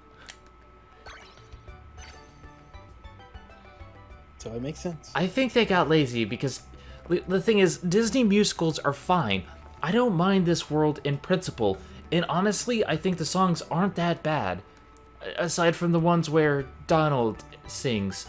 But okay, no, Donald sings pretty well for someone with his voice. What I'm more annoyed with is the fact that Haley Joel Osment can't sing. Yeah, Haley Joel Osment can't sing, but they got the original singer for Ariel, and she does a great job. Yes. I mean, it's Jodie Benson. She always does. Yeah. Atlantica, Pride Lands, he's always a fucking turtle. The only time he's not is when he's in human lands, but when he has to be an animal, he's a turtle. Turtles, not well known for their rhythm. Neither are dogs, but here we are. Am I too turtle for the Turtle Club? Am I not turtly enough for the Turtle Club? And besides, everyone knows that in Dogfish. Dogfish. But wait, he has a pet dog. Yeah, I know. It's weird. They should have made him a turtle in Kingdom Hearts 3. Oh my god.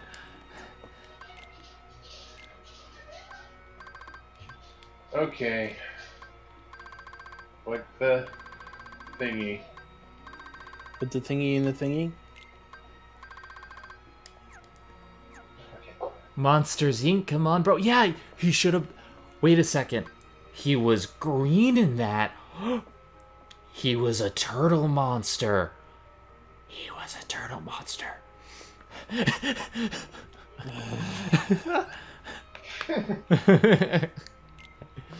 No, he was a Mike Wazowski. Mike Wazowski. Okay. Guys, I'm probably going to have to head out for now. Okay. Yeah, I'm probably going to be stopping very soon. Have fun. And I'm going to be jumping off a cliff.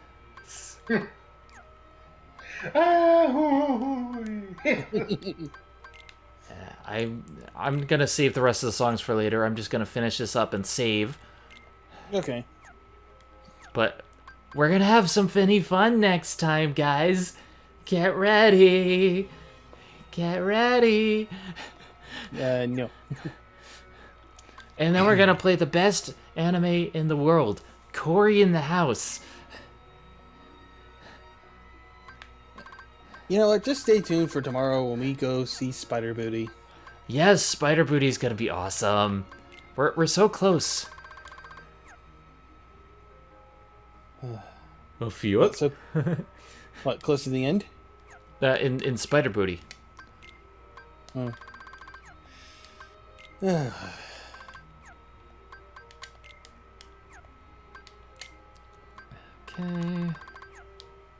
So much. There's so much stuff. Alright. All I want to know is the puzzle piece. God damn it. Alright, duality. There we go.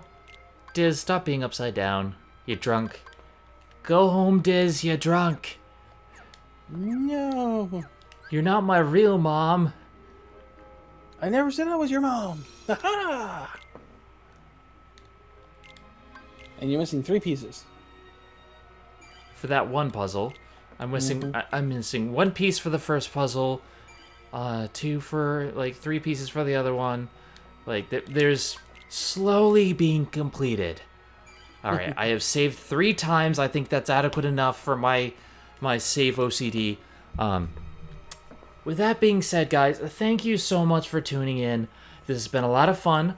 We're going to be back next week for more Kingdom Hearts 2 as we work for Finny Fun and doing the second portion of all the other worlds. But tomorrow we have Spider Booty. Monday is Poke Monday as we work on some grinding and stuff like that. With all that being said, I am Zenith Rule. Have a good one, guys. And as I now say, my sign-off, I'm Zenith, Warrior Princess. And I'll see you next time, guys. Have a good one.